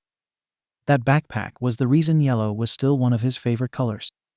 Aizawa still wondered what made the family give Deku away, but knew better than to ask. The following week, Aizawa had his normal supply of prepackaged food in a bright yellow backpack, instead of the normal shopping bags. Deku hadn't mentioned it, but the cheery bag was now a staple of his vigilante ensemble, and one of Deku's defining features, as noted in the police files. For his case, the other family had not left such fond memories behind. Aizawa surmised that it was most likely the last foster home he had lived in before becoming homeless. Deku had an odd habit of speaking fondly about the people, slipping in small pieces of information referencing both physical and mental abuse, but always claiming it was his own fault. Aizawa's heart ached every time Deku would defend their actions. When it came to this family, Deku still seemed to love them, or at least respect them. They were good people. It was just strong having a FC ket-up kid. I should have tried harder to follow the rules. If I had been good then, they wouldn't have had to punish me. He had signed one night exhaustion, making his tongue loose. Deku often opted to sign instead of speak. When talking of his past. Punish you? Aizawa questioned wearily, aware that the prying may lead to another week of Deku ignoring and avoiding him. Yeah, just little things. A few slaps and kicks. The rare punch. I think the closet was the worst though. I didn't like the closet. Deku had replied openly, much to Aizawa's surprise. Those don't seem like small punishments, Aizawa said softly, encouraging Deku to explain further. Don't push your luck, old man. The boy had said out loud, that's all I'm giving out. And I told you before, Eraser, I wasn't the best kid. I deserved everything I got. They really did try with me. I'm just too useless to effectively receive help. I'm sure you've figured that out by now. Then Deku had laughed softly, sadness permeating the usually sweet sound. Aizawa had let the subject drop then, heeding Deku's warning not to pry further. Aizawa made sure to compliment Deku anytime he helped on the job or did something positive from then on, whilst still being careful of not praising his vigilantism directly. Aizawa had also learned that Deku was incredibly self-motivated. The Vigilante had apparently been mostly self-taught via self-help books and personal training. The kid, of course, gave all the credit to the free self-defense classes around town, but Aizawa knew that his level reached far beyond what those classes could have taught him. Aizawa correctly assumed that Deku had used the basic instruction to aid in his training and bettered himself through trial and error and pure force of will.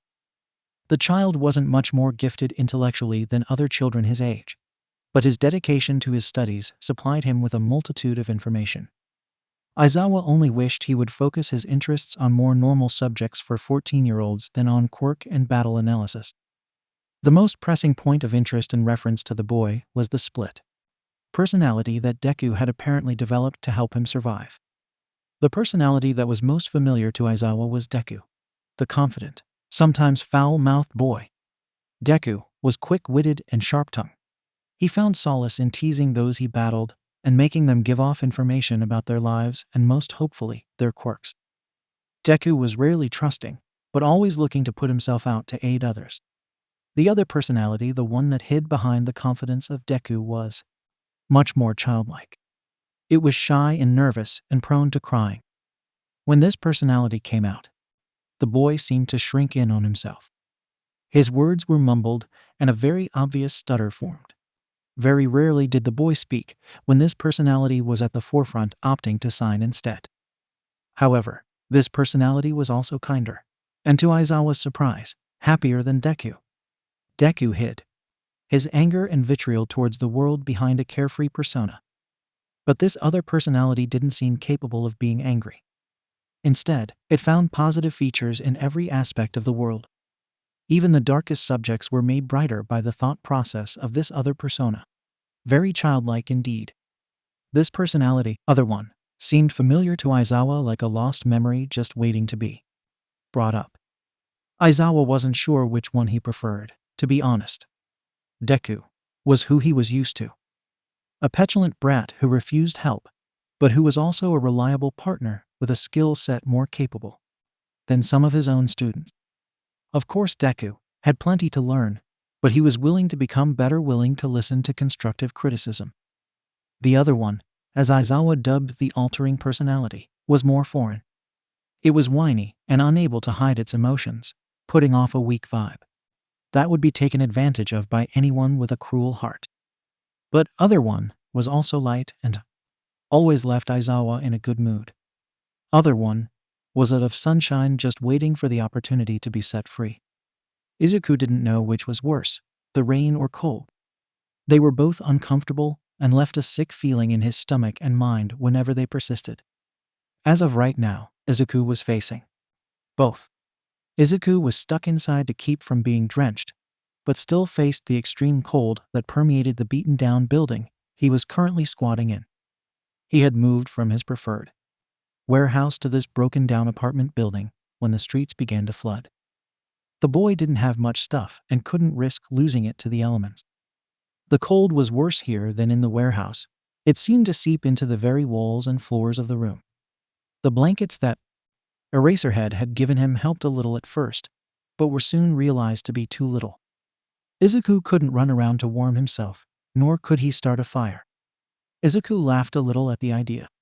He could only imagine lighting the match, and then panicking at the sight of the seeking flame. Fire was still off limits for him. It even made Deku run away. The icy winter rain was flooding the streets of his territory. The local library was closed until the weather subsided. No criminal in their right mind would be caught dead in the swirling mass of water and lightning outside the doors. And Ueson had fled to higher ground a few districts away, leaving Izuku alone again. It isn't like Izuku actually has any friends, but he always loves interacting with others, even if he is socially inept half the time. So when he finds himself completely isolated for almost a week, the thoughts in his head begin to swirl and life becomes much harder for Izuku to live. After 5 days of almost non-stop rain, Izuku had had enough.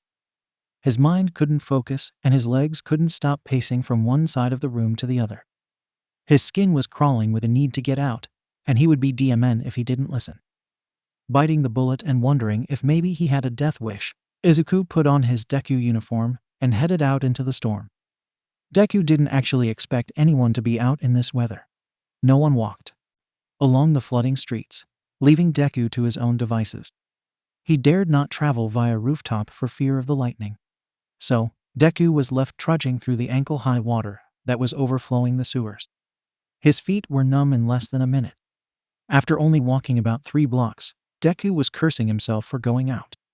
He was soaked to the bone, and there still wasn't any company to be had, be it of a positive or negative nature. So he turned back around and started heading back. A small noise caught his ear about a block from his current residence. The cry was soft and tiny. A small mule among the thunderous noises of the storm. Izuku made his way towards the sound and came upon one of the many dumpsters that he usually scavenged from. Peeking inside, Izuku saw them. 3 tiny kittens, their eyes and ears still closed to the world, lie next to a very dead mama cat. Deku hadn't SWCH back to Izuku so quickly in quite a long time. The teenager's breath hitched, and a few tears immediately slid down his cheeks at the sight. He carefully picked up the 3 kittens and sheltered them as best he could in his coat, running home to get them to safety. Once in his temporary shelter, Izuku wrapped the kittens in a multitude of dry blankets, their mewlings growing louder as they warmed. Izuku didn't bother changing as he knew it would be pointless considering his next step. Izuku had a problem. Izuku didn't have a warm shelter, or food, or milk, or even any money to buy any of the stuff needed for the kittens. So Izuku would have to go to someone who did. Izuku needed to help these kittens. They were under his care now, and he would be DMN if he let any of the creatures in his territory come to harm when he was capable of doing something. In the back of the boy's mind, he wondered if he were using these pitiful creatures to his advantage. An easy excuse to seek out the company of other humans. Izuku shut that voice down quickly with a shake of his head. No, he was a hero. He was Deku. These kittens were in his territory, so they were his responsibility. He knew he had to do everything in his power to help them because of that. Izuku had found a couple helpless lives, and was now in charge of their safety. So, the curly-haired boy grabbed the small, microwave-sized plastic storage container that he used to store his stuff in, and dumped all that he owned onto the floor. He stuffed what he could in his bright backpack, and then hid the bag under a loose floorboard. No reason chancing his stuff getting nicked. He placed Eraserhead's gifted blankets and kittens inside of the now empty bin, and then closed the lid. The crack that ran along one side of the box would be plenty to keep air circulating for the kittens, but was still closed enough to keep them relatively dry and hopefully warm enough to survive the 40-minute sprint to his next destination. With his new charges safe, warm, and secure, Izuku set off into the storm again. Aizawa was very rarely called away from class by the principal, but when he was, it was usually due to an emergency. However, The tone of voice the principal had used was off. It wasn't urgent or rushed. It wasn't even the cold seriousness that Nezu took on when figuring out an almost unsolvable mystery. No, his tone was light and amused. It had Aizawa on edge more than anything else. When he turned the corner to Principal Nezu's office, Aizawa was slightly surprised to see Yamada standing at the doorway in shock. The door was open, but the blonde was not entering. Instead, he seemed at a loss for words and actions. Only when he noticed his husband did the blonde react. "Shota, did you? Is he?" "Hisashi, if you are going to ask me questions, I'm going to need more than just the first few words." Aizawa reached the open door as he ended his sentence. There, standing in the middle of Principal Nezu's office, was Deku. The child was dripping from the rain, his clothes completely soaked through, and his mask that normally remained tightly on his face was shifted to the side so that he could breathe without inhaling the water dripping from it. In his arms was a clear plastic container filled with what looked to be the blankets that Aizawa had given the child about a week before. "HHHI." The child said simply, his lips blue and trembling from the cold. Izuku did not think this through. The thought didn't hit him until he saw Eraserhead before him, shock coloring every feature of the black-haired man's being. Izuku had known it was stupid when he originally left his shelter with a box of kittens in tow, but now it was hitting him as to just how stupid it was. Izuku stood in the principal's office at Ua High, the top hero school in the nation that was staffed with a countless number of pro-heroes. Izuku, who was currently dressed in his vigilante clothing, was soaked to the bone and only had the very basic tools necessary for his safety. Izuku, who could be captured at any moment, could not currently call upon the bravery of Deku. Izuku, who carried a box of 3 helpless kittens, could only utter a single word when faced with a person who his mind had immediately sought out. "HHHI." He mumbled, unsure if the stutter was due to the cold or just his normal self. "Deku," Eraserhead questioned. "IFF found these. ID didn't. ICC couldn't take care of them. And I know you have owned because of the WHWH white fur on your uniform." Damn it. If only his hands were free to sign. Instead, Izuku opened the lid of the box, scooping one of the kittens up to show Eraserhead. "Roman 2 didn't know what else TTTO do. SSO I brought them to you." Eraserhead stood in the doorframe, seeming unsure of what to do. "Well, Aizawa-san," the small white mouse bear rat thing began. "This child was knocking on the front gates asking for you. So I thought I might bring him inside." The intelligent creature chuckled for a moment. "I don't think I have ever seen you so unnerved. Should I send him back home?" "What?" Eraserhead murmured, his brain trying to catch up with the sight. "No, of course not." With that, Eraserhead strode into the room towards Deku. No. It was other one this time, and a small box of kittens. The other man, who Izuku was pretty sure was present, Mike, stepped in as well and shut the door of the office behind him. Aizawa scooped up the tiny gray fluff that Deku held out for him.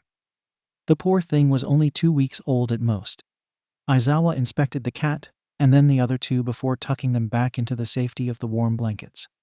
Other one was standing awkwardly, still dripping onto the floor of Nezu's offices. A continuous shiver ran through his body as the cold air racked his small frame. "Where the hell did you find them?" Aizawa asked, motioning towards the box. The boy told Aizawa about the dumpster and the dead mother cat. Aizawa had looked disapprovingly at the sopping child before him for having been out in the storm, but the look was ignored in favor of the kittens. "I'll be straight with you, kid. I don't know if any of them will survive without their mother. They are really young." Other one sniffled for a moment and looked down into the box. "See, can you try at least?" Aizawa internally groaned. "I'll have to take them to the vet after work. I'll pick up supplies to care for them while they are checked out," Aizawa said after a moment. A wave of warmth spread through Aizawa at the genuine smile that graced the child's lips. Thank you, Eraserhead-san." "Well, it's not like there is much of an option. We can't just leave them to die without giving them a chance." When other one trailed off, becoming frustrated. He looked around the room and tilted his head at Hisashi. "See, can you?" he asked, holding the box towards the blonde. Hisashi took the box without question. cooing when he saw the 3 puffs inside. When can I check on them? How long until they are big enough to eat real food? When can they come home? Other one signed, his hands shaking slightly. Deku, Aizawa started slowly. I'm not even sure if they will last the night. Let's just get through. Deku began signing again. I know they will make it. They are strong. So when will I be able to have them back?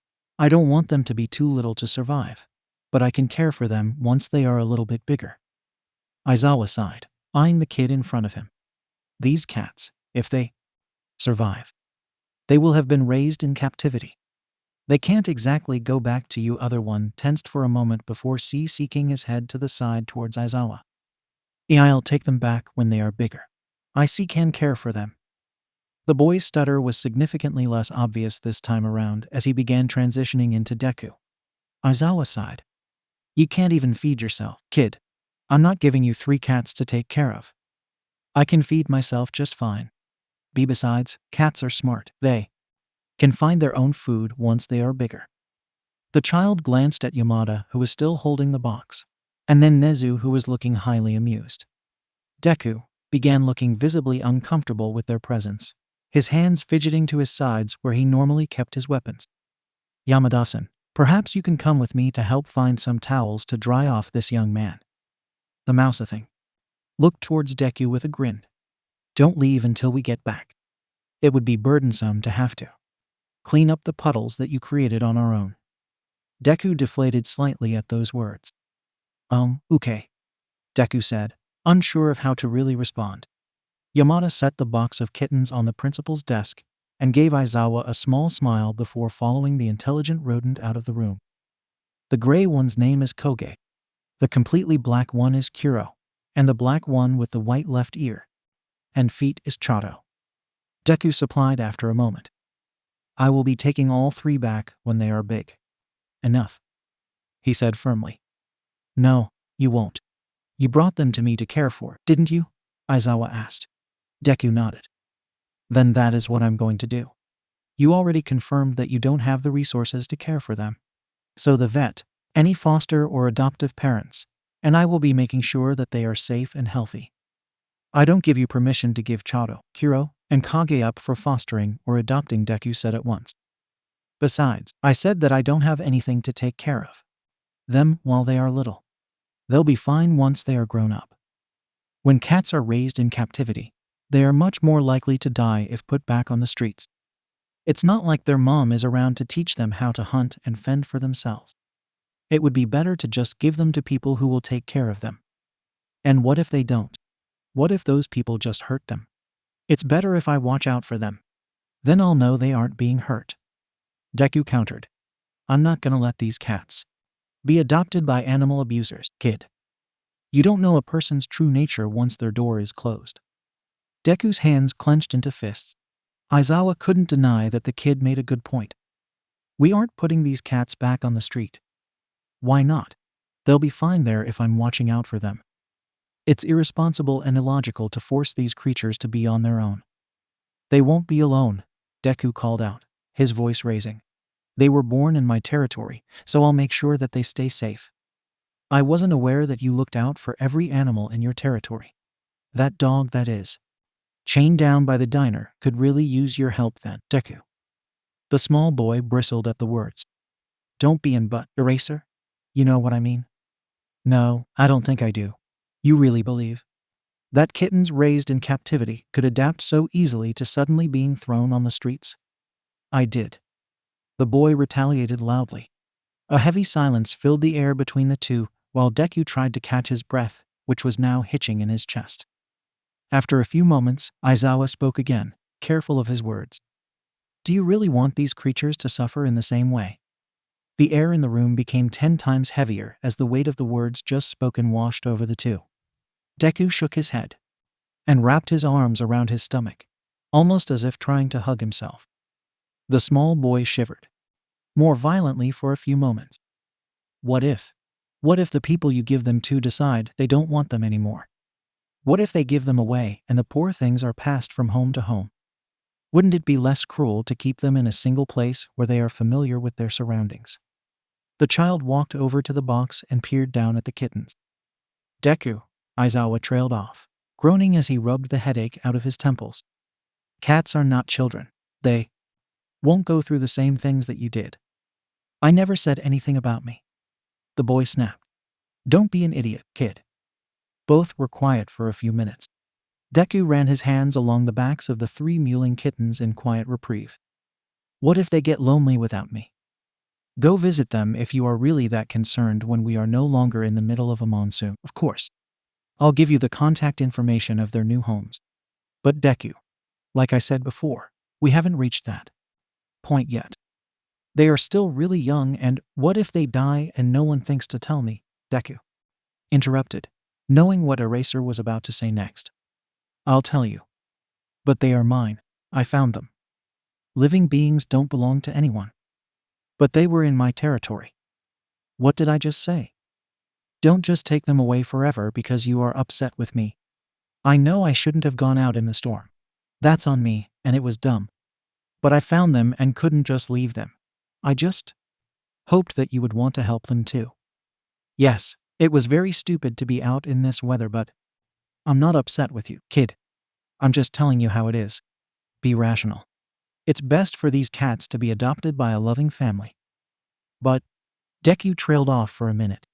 Aizawa's head began PND with the never-ending sea of questions the kid was asking, and the heavy emotions those questions were evoking in the pro. I want them. Roman 2DD don't we want to be Avalon. The statement was whispered. Deku went back to hugging himself and seemed to shrink a little, transitioning once more back to other one. Principal Nezu suddenly chuckled from behind the two as he walked through the door of his office. Yamada was close behind, sporting a large stack of towels. If you don't want to be alone, then maybe you should let us take you to a shelter, or... Yamada said, gently, cutting off at the look on his husband's face. Deku bristled for a moment and eyed Yamada carefully. FCK off, old man, you don't know sit. Suddenly, all signs of loneliness and uncertainty, all signs of the child vanished. The boy stood up straight, his stance alert. He inched his way to the open door. Deku, Aizawa realized, was slightly panicked. Something he had only seen when Deku felt his freedom was on the line. I'm sorry for leaving a mess, Nezu-san. I'll owe you a small favor in the future, I guess. Deku said, making sure to remain facing the 3 adults. And you are right, Eraserhead. I apologize for acting like a child. Do what you want with them. Deku nodded towards the box of kittens. Just make sure you leave that box on the roof of the corner store. It's the only one I've found with a matching lid. You can't leave, Yamada shouted. The boy flinched away and took a few more steps towards the partially open office door. Yeah, kid, it's storming. Mike didn't. Aizawa was cut off. And who are you to stop me? Deku questioned with a low tone, addressing all 3 of the adults in the room. Unless you plan to initiate a full lockdown, you've got minimal chance, he said, very pointedly, talking to Nezu now. Me? Oh, I have no interest in chasing after a child. However, I won't stop Aizawa or Yamada from giving chase. And who am I to stop them? They are pro-heroes. It is their job to protect citizens. Nezu laughed gleefully at the scene. Deku turned his head towards Yamada, and then to Aizawa, seeking it to the side in question. The boy slowly inched his hand around the edge of the door, causing Aizawa to grasp at his capture weapon. Of course we aren't letting you leave and walk around in that monsoon outside, little listener. You just said you didn't want to be alone, anyway. Yamada screeched. Aizawa groaned internally, knowing that Deku would not take that well. Aizawa slowly pulled at his capture weapon, readying to release it quickly. Deku tensed and crouched in a defensive stance. You don't know me, present Mike. But if you try and stop me, you'll just be disappointed in yourself for letting a child slip through your fingers. Best to just let me go in peace. The small child said. And if you wrap me in that F-seeking scarf, I'll make sure you never lay eyes on me again once I escape. Deku bit out in Aizawa's direction. Don't be melodramatic, kid. We just don't want you out in that storm. Yama, present Mike, didn't actually mean that we would be taking you to a shelter or anything. You know I wouldn't do that by now. So just relax. You can wait here, or in an empty classroom with the cats until school lets out, and we can drive you back to your territory. Aizawa took a moment to assess the kid. Deku seemed uncertain if he could trust him or not. Aizawa couldn't blame him. Sure, he knew that Aizawa meant no harm, but people changed when other people were involved. The kid probably wasn't sure how Hisashi and Nezu would play into his decision-making. You knew this would happen if you came to Yua, so don't be a brat about the situation you put yourself in. Aizawa spoke calmly without a hint of bite in his tone. In fact, it could be much worse. I thought you were smarter than to traps into a building full of pros. Aizawa teased, trying to get the kid to calm down and hopefully bite back with the jovial tone he used when he wasn't feeling threatened. Of course, Eraserhead. Deku seemed to relax at his words, his voice like honey all of the sudden. But Aizawa knew better than to let his guard down. This was how Deku often tried to escape. Lower a person's guard by looking as if you lowered your own. Escape at the confusion from the shift, or once everyone else relaxed and dropped their guard. In less than a moment, Deku was gone. Seems the kid went for the confusion at the shift strategy this time. The kid was fast and had turned the corner of the door quickly, sprinting out into the hallway. Aizawa immediately followed suit, gaining on the kid quickly. Even if the kid was good, Aizawa was a trained pro. This kid held nothing to Aizawa's expertise and experience. Not only that, but the kid didn't exactly know where he was going. He had never been to Yua before, and the halls were a maze to those who were unfamiliar with the buildings. The tired man almost allowed the kid to escape, thoughts of the child's rejection spinning circles in his mind. It had taken so long to gain the boy's trust, and here he was, about to flush it down the drain. But in the end, the kid's safety and health came first. Aizawa wrapped the kid in his support item and pulled, causing the boy to fall back on his butt. "FCKU, you a hole," the boy screamed. "Let me go. I will once school lets out, you brat." Deku spat at Aizawa's feet, glaring up at the man now towering over him. "Oh, Shota, you actually caught him. My god, little listener, you sure are fast." Hisashi puffed as he finally caught up to the two. He only received 2 glares in return. Deku was beyond PSS. He was livid. His skin felt on fire from the intense emotion, and he itched to hit something. Of course he couldn't move his hands in his current situation. Eraserhead had dragged him back to Nezu's office, still wrapped in the capture weapon. It did not seem as if the sleep-deprived man had any plan to let him go. Even though he knew it was pointless, Deku struggled against the bindings. He used multiple methods to try and wiggle his way out, but they only left him breathe and fatigued.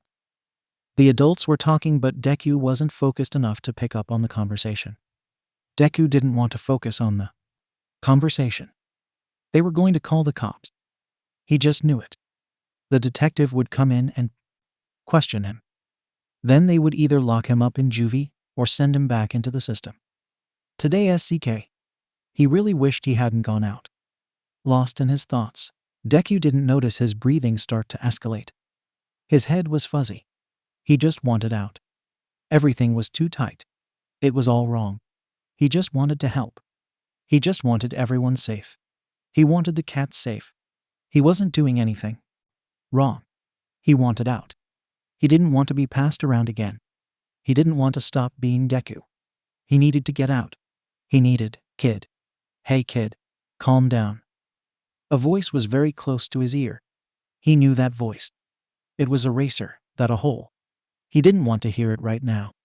He wanted to be in the warehouse where he slept a majority of the time. He wanted to cuddle up in the nest of blankets, cushions, and pillows he had made with the stuff he found. "Kid, I need you to breathe for me." Eraser spoke again. "You're hyperventilating. You are gonna pass out soon if you don't calm down." FCK him. "Hey little listener, open your eyes. You're safe." Bullshit.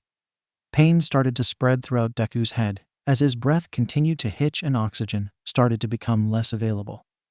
Maybe if I keep hyperventilating, I will cause enough brain damage from lack of oxygen to just not wake up again.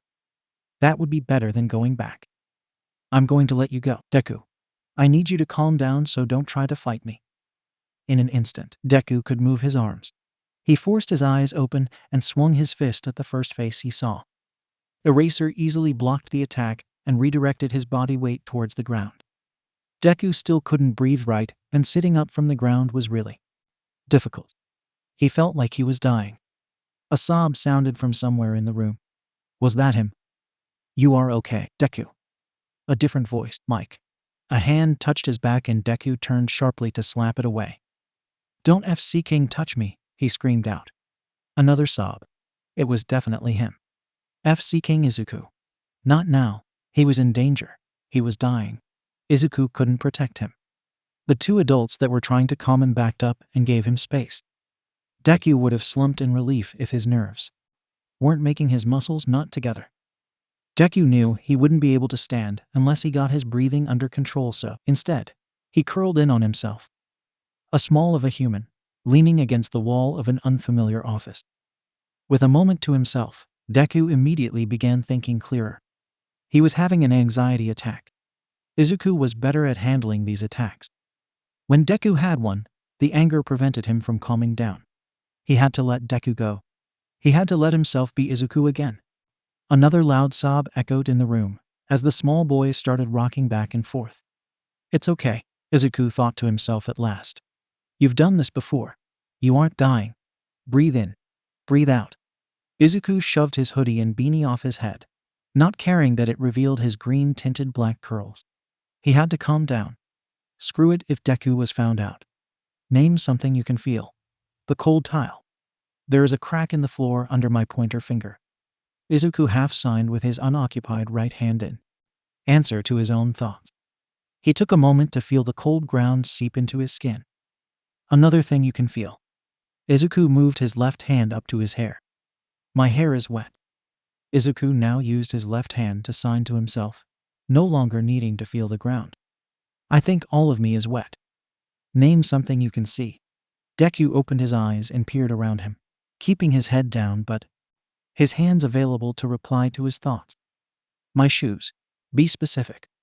My red shoes. They are still red, even with the goggles on. Name 2 more things you can see. Breathing was getting easier as Izuku distracted himself. There are puddles of water on the floor. There is a blue and yellow symbol on the opposite wall. Yua. Yes, he was at Yua. He had forgotten for a few moments. That's okay. It's okay to forget sometimes. Now name 2 things you can hear.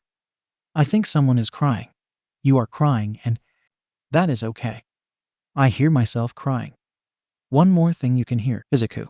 Izuku strained his ears, but realized he would need to calm down just a little bit more to hear anything over his sobs.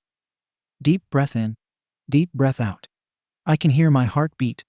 In my ears, good. That is just more proof that you aren't dying. Deep breath in, deep breath out. After a few more moments to collect himself, Izuku looked up to see Eraserhead, Present Mixon, and Nezusen on the opposite side of the room. Nezusen had a small smirk gracing his lips. Izuku didn't understand why but wasn't really bothered by it much. Present Mixon looked like someone had just broken his favorite toy. One hand clutched the hem of his shirt, and the other nervously played with his own hair. His face was red as if he was holding his breath, trying not to make sound. Eraserhead was still, relaxed but alert, like when they were patrolling. Waiting for trouble, but not expecting any. If you expected it, it would happen. Izuku didn't realize it, but he was mumbling these thoughts to himself, out loud. His mind and body still working to calm down. These were observations. He was good at observations. Roman 3th think, I'm GG going to throw up. He said a little louder after a moment, his stomach already lurching. Eraserhead quickly brought him a trash can and backed off again. Not as far this time. Eraserhead crouched down as Izuku coughed up stomach acid. When Izuku finished gagging and spitting up the water and stale bread he had eaten that morning, along with copious amounts of stomach acid, he slumped back against the wall. Are you done, kid? Aizawa asked quietly after a minute. Izuku only nodded, his eyes closing. He felt awful. He was wet and his limbs were shivering. But he felt like he was in the desert. His skin was hot to the touch and his mouth was dry. Sweat dripped into his eyes, the stinging sensation the only sign that it wasn't the rainwater still dripping from his hair. Izuku wasn't as wet as when he first entered UA, but he still looked like he had gone swimming, fully clothed. A soft cloth was being carefully pushed into Izuku's hands. A towel. No. A blanket. A soft mewling could be heard coming from it. Present Mike was gently presenting the kitten to him. Our cat, Nico, always helps Shota calm down, he said softly. Eraserhead lightly slapped the voice hero across the back of his head. Izuku smiled slightly and took the blanket housing the tiny cat. Thanks. His mouth must have cotton in it. He was used to stuttering, but his words were slurring now too. The two adults kneeling in front of him, a small distance away, glanced at each other in concern. Izuku didn't notice. Aizawa had not expected the kid to have a complete meltdown. He had hardly ever seen the kid cry. So when the child began hyperventilating, Aizawa had hesitated a moment, thinking that it might be a ploy to escape. It wasn't as if Aizawa was going to call the police on the problem child. He just wanted the kid to stay put until he could ensure that he made it back to familiar territory safely. He had already been telling Nezu that he was going to go ahead and take the kid back when he had noticed the child's heavy and aborted breaths in the first place. Aizawa had tried to calm him down, even letting him go when he realized that the kid probably felt claustrophobic. But the attack only worsened with each passing second. The kid had lashed out at him once he was free, and Aizawa had easily dodged, redirecting the children's hand to the side. It wasn't forceful, so when the child fell to the ground and was unable to sit up easily, Aizawa felt a sick feeling start to enter his stomach. When a sob was wretched from the child's mouth, Aizawa immediately began damage control. He had started to back up, hoping to give space when his well-meaning but incredibly stupid Huband tried to pat the boy's back comfortingly. The boy had lashed out again, voice breaking with another sob, and Aizawa had quickly pulled Hisashi back up with him. The boy had curled into a then, sobs only growing louder and more ragged as his body began to tremble mercilessly. The small boy looked like he was falling apart at the seams. Give him some space, Aizawa murmured, backing up some more but still keeping a steady watch on the panicking boy. Nezu walked up beside the two men and tilted his head. Oh my, I think we might have broken him, the rat had said, a smile gracing his mouth. It made Aizawa shudder. At that, the boy started rocking back and forth. A few moments of this, and the sobs had died down a little. The child reached up and pulled his hood down and his hat off, revealing a wet curly mass of black locks that gave off a green tint in the light. Aizawa was a little surprised that the boy had done this, considering how secretive he usually was about his identity. But the pro supposed the boy probably didn't care about that right now. Panic attacks were awful. Aizawa had had plenty in his life to understand that the child probably felt like he was dying at the moment. After another few minutes of rocking with one hand clutched in his hair and the other pressed tightly against the floor, the child began to sign. Or at least it looked like he was trying to. The kid only used his right hand, his left still placed flat against the cool floor of the office. Then, as quickly as the signing started, it stopped, and his right hand went right back into the kid's hair. Another few beats of rocking, and then the kid had signed something with his left hand. Whatever the kid was doing, however, seemed to be working, because his sobs grew quieter, even though his body continued to shake. Both arms were then wrapped around the boy's legs, his hands hanging open, something the child normally did when thinking about what to sign next. Red shoes, and then something about goggles. Another pause, and then the kid pointed at the floor and signed, water puddle. Immediately after, the child had raised his head some, another soft sob escaping his lips as he looked around. Blue and yellow were signed. And then the letters UA. He's grounding himself, Nezu supplied. Aizawa and Yamada didn't respond, not quite understanding. Eventually, the sobs stopped and a soft murmur filled the room as the child looked around. He commented on each of the other three in the room, not seeming to realize that he was speaking out loud. And then, Roman 3th think I'm GG going to throw up, the child had said clearly in their direction. Aizawa quickly passed him a trash can and waited patiently for the kid to finish his heaving. Hardly anything came up, water and stomach acid being the main substances ejected from the small boy. The kid obviously hadn't eaten much of anything, much to Aizawa's dismay. Hisashi had brought the kid one of the kittens and made a stupid comment that Aizawa responded to with a light slap. But it made the kid smile, which relieved Aizawa. Thanks. The kid slurred, his body tilting slightly to the side. Aizawa glanced at his husband, having a silent conversation with him before scooting closer to the kid. Deku, asked. The kid only tilted his head in Aizawa's direction. I'm going to check you for a fever. HMK. The kid whispered. Aizawa gently moved the hair and placed the back of his hand to his forehead. Deku flinched back at the touch, but made no move to stop it beyond that. He's burning up. Aizawa told the two occupants in the room. We should probably take him to Recovery Girl. I think that is a wonderful idea, Aizawa-san, Nezu cheered. You go ahead and do that. Yamada, this has taken up enough of your time. Please go back to your class. The school day is only halfway through after all. I expect that you will adapt Aizawa's classes into your schedule along with the other teachers. I will clean up here. The principal then picked up a towel and dropped it to the floor to start soaking up the water puddles. Aizawa let the kid know that he was going to pick him up, but received no reply, having lost consciousness in the last few seconds. When he was almost at the door, Aizawa remembered the cats and turned back around to find Nezu holding a towel with all three kittens snuggled inside, sleeping. Nezu placed them on the kid's stomach with a wink to Aizawa, and then turned back to his task. Oh, Aizawa, I hope you don't mind. But after that display, I think it imperative that Detective Tsukachi is called. I'll wait until the morning to give the call, but I wanted to warn you. Aizawa grunted and continued out of the office.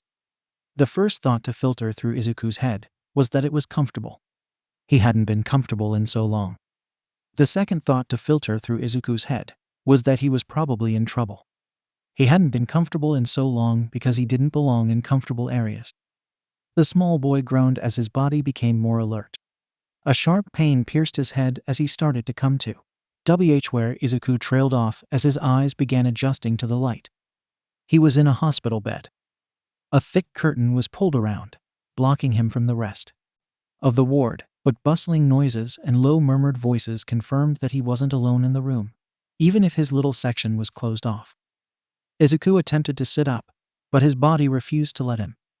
It was strange, being somewhere so comfy and still feeling fear and panic rise up in the base of your throat. Izuku tried to steady himself and lifted his hands to his face, only to find that they were cuffed to the bed. This was not good. Tears began welling in the child's eyes as sobs began to shake his petite form. He tried to keep quiet, though. The people on the other side of the curtain didn't know he was awake yet. If he could figure out how to get these cuffs off, he might still have a chance at escape. He just needed to calm down. He needed Deku. But that side of him could only come out if he was calm, lest he melt down from anger instead of fear. Anger was always much harder to control. A few deep breaths later, Izuku managed to pull his Deku persona up into place, masking Izuku's true fear of the situation. As soon as Deku started messing with the HNDCFFS to see if there were any weak points, the curtain slid back.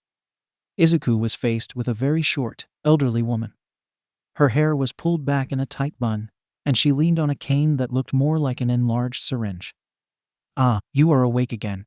You seem much more focused this time. Can you tell me your name, sonny boy?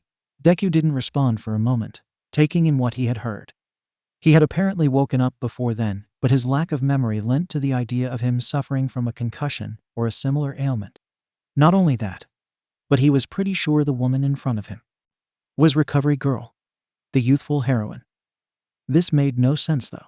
Recovery Girl was the lead medical personnel at UA. She had been for the past 15 years. Why would she be in a regular hospital?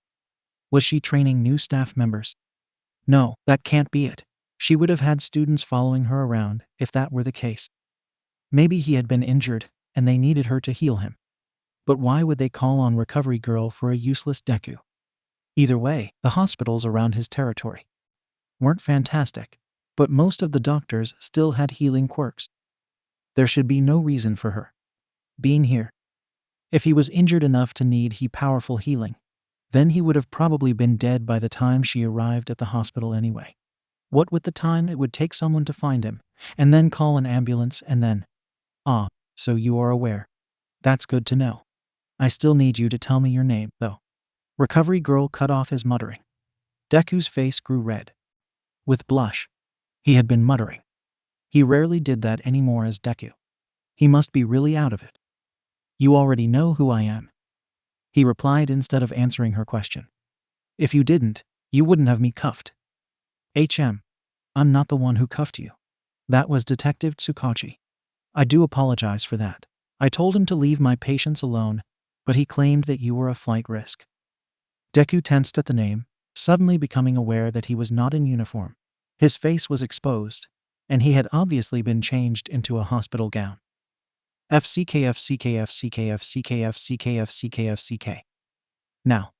Now, that enough of that. You are too young to be using that sort of language. Recovery girl scolded. Aizawa tried to prevent the detective from entering, but he was ultimately told to stand down. You are a wanted criminal, after all. He nearly cried when the detective handcuffed you to the bed. Aizawa. You mean Eraserhead? Eraser doesn't cry. Deku said simply.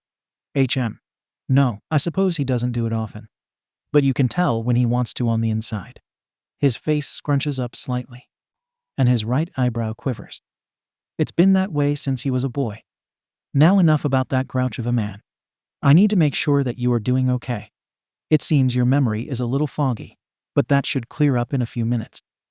It is a common side effect of the antibiotics that I had you on. Recovery girl began bustling around his hospital bed and came back with a BLD pressure cuff. When she went to place it on Deku's arm, he jumped back, as far from her as he could manage. Don't touch me, he growled out at her. Recovery girl only shook her head and took a breath. If you don't let me check your vitals willingly, I have no qualms about sedating you again. You are my patient, and I will heal you whether you fight me or not. She moved to place the cuff on his arm again, but Deku lunged at her, snapping his teeth threateningly.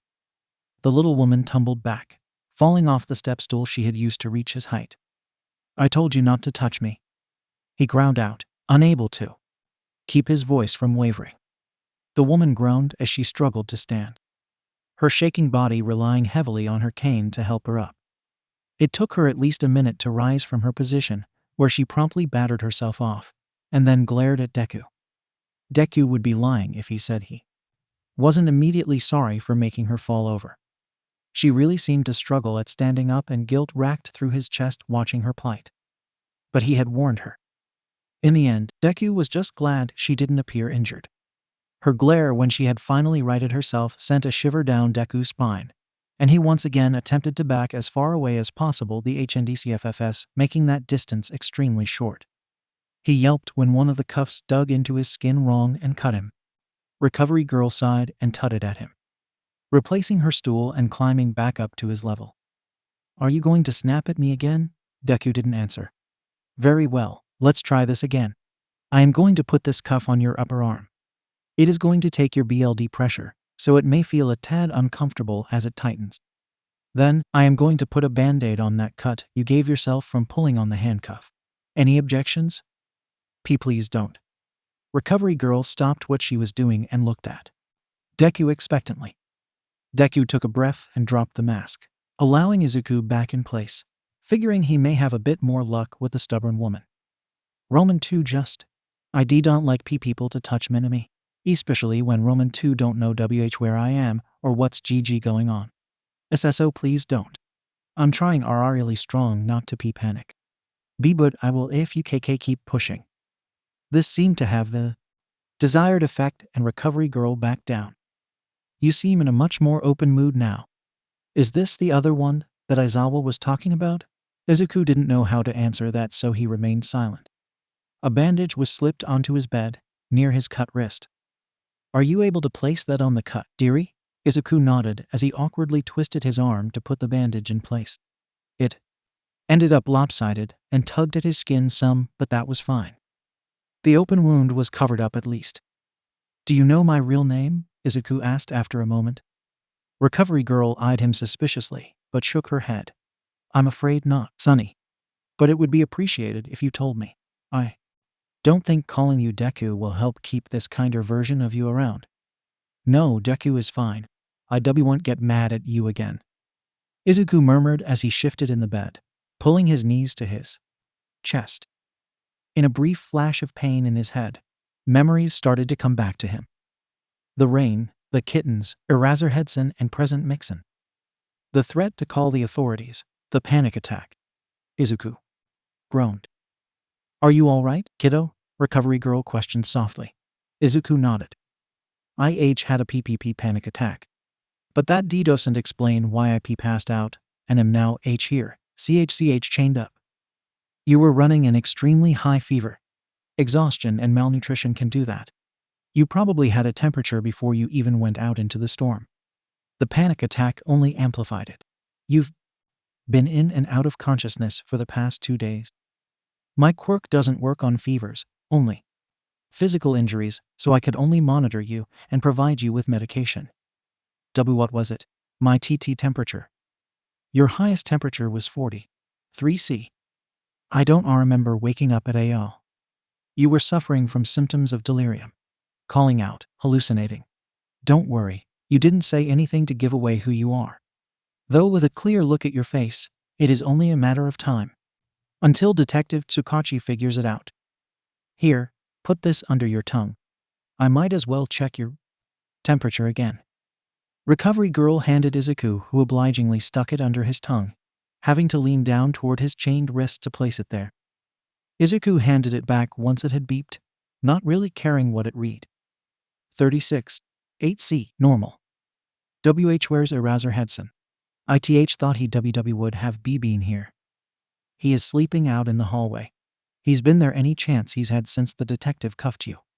He seems to think you won't want to see him, but has still kept close by. He mumbled something about betraying you trust. Izuku flushed and looked away from Recovery Girl. A single tear ran down one of his cheeks, and he cursed that he couldn't even wipe it away. Detective Tsukachi was thrilled. He had finally solved the mystery of Deku, and was nearly skipping on his way up towards the UA infirmary. Midoriya Izuku. The kid was a little more difficult to find than he would have liked, but Eraserhead's information on his past experiences, as well as the confirmed age, had been a big help. At last, this kid would get the help he needed. Detective Tsukachi viewed Deku in a similar light to how Eraserhead did. The Vigilante was just a kid trying to get by and do good in the best way he knew how. It wasn't like he ever caused any lasting harm to the villains he caught. Nor did he leave any major property damage. So the kid was doing better than most pros in Detective Tsukachi's book. However, he was still committing illegal acts. The sooner he was stopped, the fewer charges he would have to face. The detective had immediately come running after he received the call from Nezu. The kid had walked into UA of his volition, and then promptly collapsed in fever after a short tussle when he tried to escape. Tsukachi couldn't help but chuckle at his reasoning for entering such a highly guarded establishment. 3 kittens. It almost seemed like the kid was too pure for this world. Detective Tsukachi hated cuffing the kid, but knew better than to not.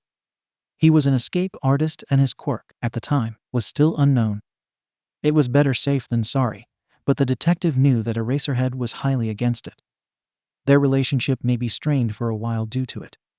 The detective turned the corner towards the infirmary and saw the telltale sleeping bag of Eraserhead, settled right outside the doors.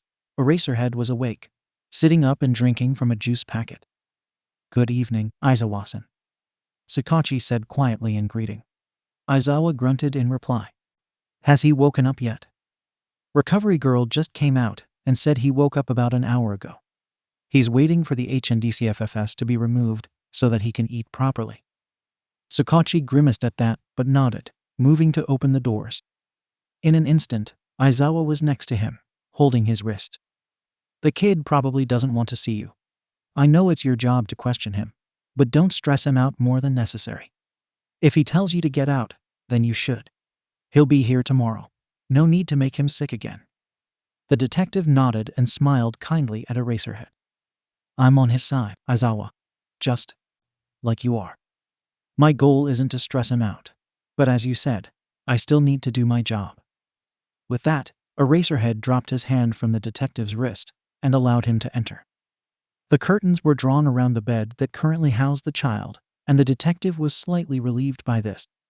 He truly didn't want to cause more stress, and he figured the kid wouldn't necessarily like to see his face without any warning. Recovery Girl was healing a student at another section of the infirmary. Tsukachi waited patiently for her to finish and send the student on their merry way. "Can I help you?" Recovery Girl asked. "I heard he was awake from Aizawa. I know who he is now. I just have a few questions." "Could you ask him if he is up for a conversation?" Recovery Girl thought for a moment and then nodded. "I see no problem in asking him if he is ready to talk." She disappeared behind the curtain for a moment before reappearing. He said no. "Okay. I know I said that I wanted you to ask. But I meant for you to actually just let him know I was here. I have to speak to him today, no matter what." Recovery Girl sighed and led the man out the door of the infirmary. Aizawa was once again sitting on his sleeping bag. His back leaned against the wall with his eyes closed. The detective knew he was listening though, attentive.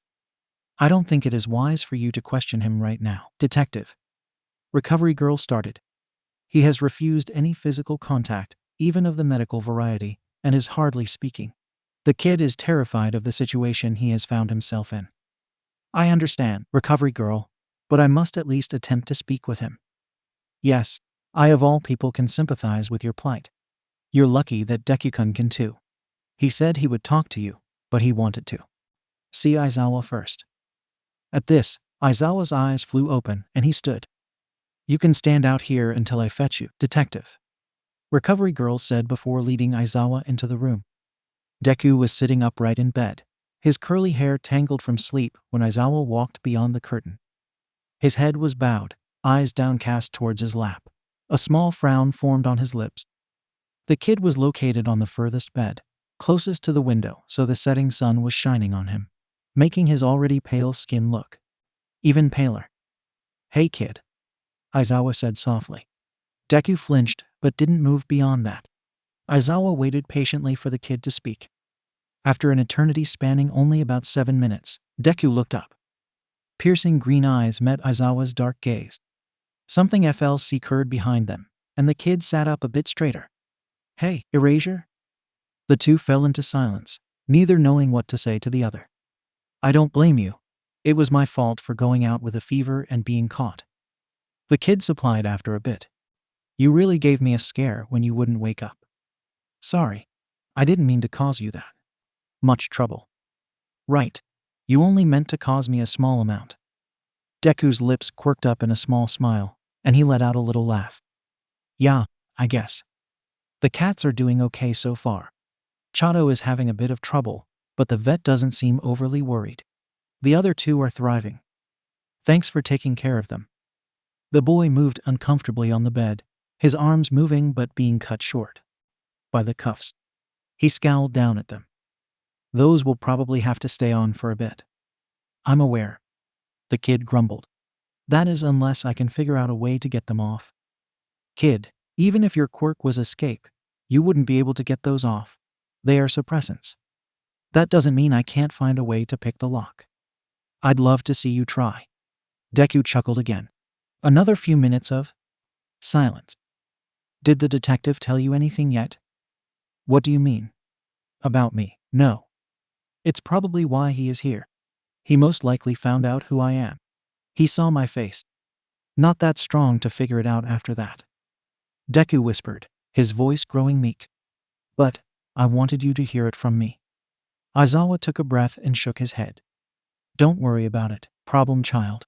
You don't have to tell me if it makes you uncomfortable. No, I need you to know, so that when the detective comes and asks me questions, you won't be looking at me with the same greedy glint that you have in your eyes right now. I don't like the detective. It's not going to be fun to answer his questions. But I can tolerate you." Deku trailed off. "All right, I understand." "Good, I guess I'll start then. My name is Midoriya Izuku. I'm 14 years old and I was born quirkless. It's nice to officially meet you. We cannot allow this child to be let off without any consequences, regardless of his past. The child has been breaking the law, nightly, for over a year," the blonde officer said, sipping on his lukewarm coffee. Aizawa scoffed. "He is still a child, though. What do you want to do?" Lock him away for 10 years? Aizawa grumbled out. He at least deserves a stint in juvie. The blonde replied, eyeing the hero nervously. Detective Tsukachi raised his hands placatingly. Midoriya-kun was abused and then left on the streets. Plus, it's not like we can charge him with illegal quirk usage because Midoriya-kun doesn't have a quirk. He chose to live on the streets, detective, and actively sought out to do police and hero work without government authority. The blonde, Officer Watanabe, countered. He was misguided. Don't judge a person's actions unless you have been in their place. What is that English saying? You must first walk a mile in their shoes? Nezu spoke up. The group of 7 had been going back and forth for the past hour, not making any progress on deciding the fate of the vigilante, Deku, now known as Midoriya Izuku. Do they charge him? Do they let him off? What would they even charge him with? Is he placed back into the system? Would he stay if he were placed in another home? These were only a few of the questions the group had discussed, yet none had been answered. Tsukachi sighed as his eyes traveled around the room again. Himself and 2 officers named Officer Watanabe and Officer Nakaya had been the leads on the Deku case and were present for the meeting. Eraserhead had also joined due to his rapport with the boy. Nezu was present due to his curiosity on the case having been piqued, or so he said. A state judge, Judge Sakai, and her assistant, Yumiyama-san, were also present for the meeting. Neither had spoken much, however, as their only job was to be briefed on Midoriya-kun's past and decide on a fair punishment, should the police department decide to press charges against his actions. The 2 officers were against letting Deku off, suggesting locking him up to prevent his return to vigilantism, whilst Eraserhead was hellbent on letting the kid go free. Detective Tsukachi and Nezu seemed to agree on a more middle-of-the-road plan, but disagreed on how that would play out. Perhaps, Judge Sakai stated softly, her hands clasping in front of her in contemplation, it would be best to bring in the child and his representative. In the end, I am the one who will decide what will happen with young Midoriya, but I feel that more insight is needed on his past and his thought processes. The simple overview at the beginning of this meeting is hardly enough to make a decision on such a complicated case. The assistant nodded along with the judge, writing notes on a clipboard. In order to meet with the problem child, the HNDCFFS are going to have to be removed, Aizawa said. There is no reason to do such a thing. HNDCFFS don't prevent him from making a presence, Officer Watanabe said with a snort. I understand your protectiveness of the child, but he is still a flight risk. We can't remove one of our only lines of defense against his escape. He has slithered through our grasp too many times to take that chance, Officer Nakaya said more calmly than his partner. Maybe, but the kid won't talk if he is uncomfortable. And by locking up his hands, you take away his second form of communication as well. Detective Tsukachi shifted uncomfortably. He remembered his conversation with the boy only the day previous. He had consistently SWCH between proud and volatile to a more timid and quiet disposition. When he became quiet, he would sometimes freeze and try to move his hands to sign. Alas, the cuffs prevented this and multiple minutes of tense silence, and, at times, tears followed. It had been difficult to keep up with Midoriya-kun's ever-changing moods. Eraserhead. The judge started. Perhaps the officers would be more comfortable if you took charge of him during our meeting. Of course, should the boy escape, the consequences will lay on your shoulders. Now hold on. If the kid gets away, we will be the ones responsible for tracking him down again, Officer Watanabe cried. Need I remind you for the 100th time how difficult the kid is to catch? Should I bring up the photos of my black eye? Or maybe the video of the child jumping out of a moving and supposedly locked cop car? Or maybe we could show the video of him kicking you in the nuts from the last time we tried to get him. Officer Nakaya laughed out quietly. Officer Watanabe glared and his face turned a faint red. All I'm saying is that I'm tired of taking the brunt of having to go after this kid. He should not be given any opportunity to run. Eraserhead has a soft spot for him. If he lets him get away, I'm not going to let him run. Erasure growled out, cutting off the officer. And once again, the group was put back on a circling conversation. I got the cops to uncuff you, but if you make a run for it, You are going right back into more secure restraints," Aizawa said to the small boy. Deku looked up at him and smiled kylie as he rubbed his newly released wrists. "Wouldn't dream of it, erasure." Aizawa rolled his eyes, half regretting his insistence on freeing the kid to this extent already. The exhausted man led Deku into a separate and larger meeting room, making sure to keep him in his sight at all times. The room was situated in the middle of the building, and thus had no windows. Deku sat on the opposite side of the room from the door to keep him from making a quick dash. Within 10 minutes, the room was almost completely filled with the members from the previous meeting. Only Officer Watanabe and Midoriya's caseworker weren't present yet. Officer Watanabe had been tasked with picking up the social worker, Mochizuki-san. Aizawa noticed the change in Deku before he noticed the woman who entered the room. "Hello, Midoriya-kun," the woman said softly once she laid eyes on him. The freckled-faced boy turned his head away from her and refused to reply. His body seemed to shrink in his chair at her presence, not out of fear, but out of shame. "It's been a long time. I'm glad to see that you are safe," Mochizuki-san said, her voice smooth. The woman's hair was a dark brown, but was graying at the roots. Her face bore signs of frown lines, and her eyes were aged with all that she had seen. Midoriya nodded slightly and shifted uncomfortably. He moved slightly away from her when she sat to his left. Officer Watanabe looked at the boy curiously, having never seen him look so meek. "Shall we begin?" Judge Sakai asked once everyone was seated. A few murmured yeses, and the meeting began. "To begin, I would appreciate a more in-depth overview of Midoriya Izuku's past as it pertains to the state." "Of course," Mochizuki-san said, taking a breath. Midoriya-kun came under the care of the state at the age 4, after a fire that ended in his mother's death. "I understand that his father was the culprit and has been in Tartarus since the incident," the judge stated. "Yes, that is correct."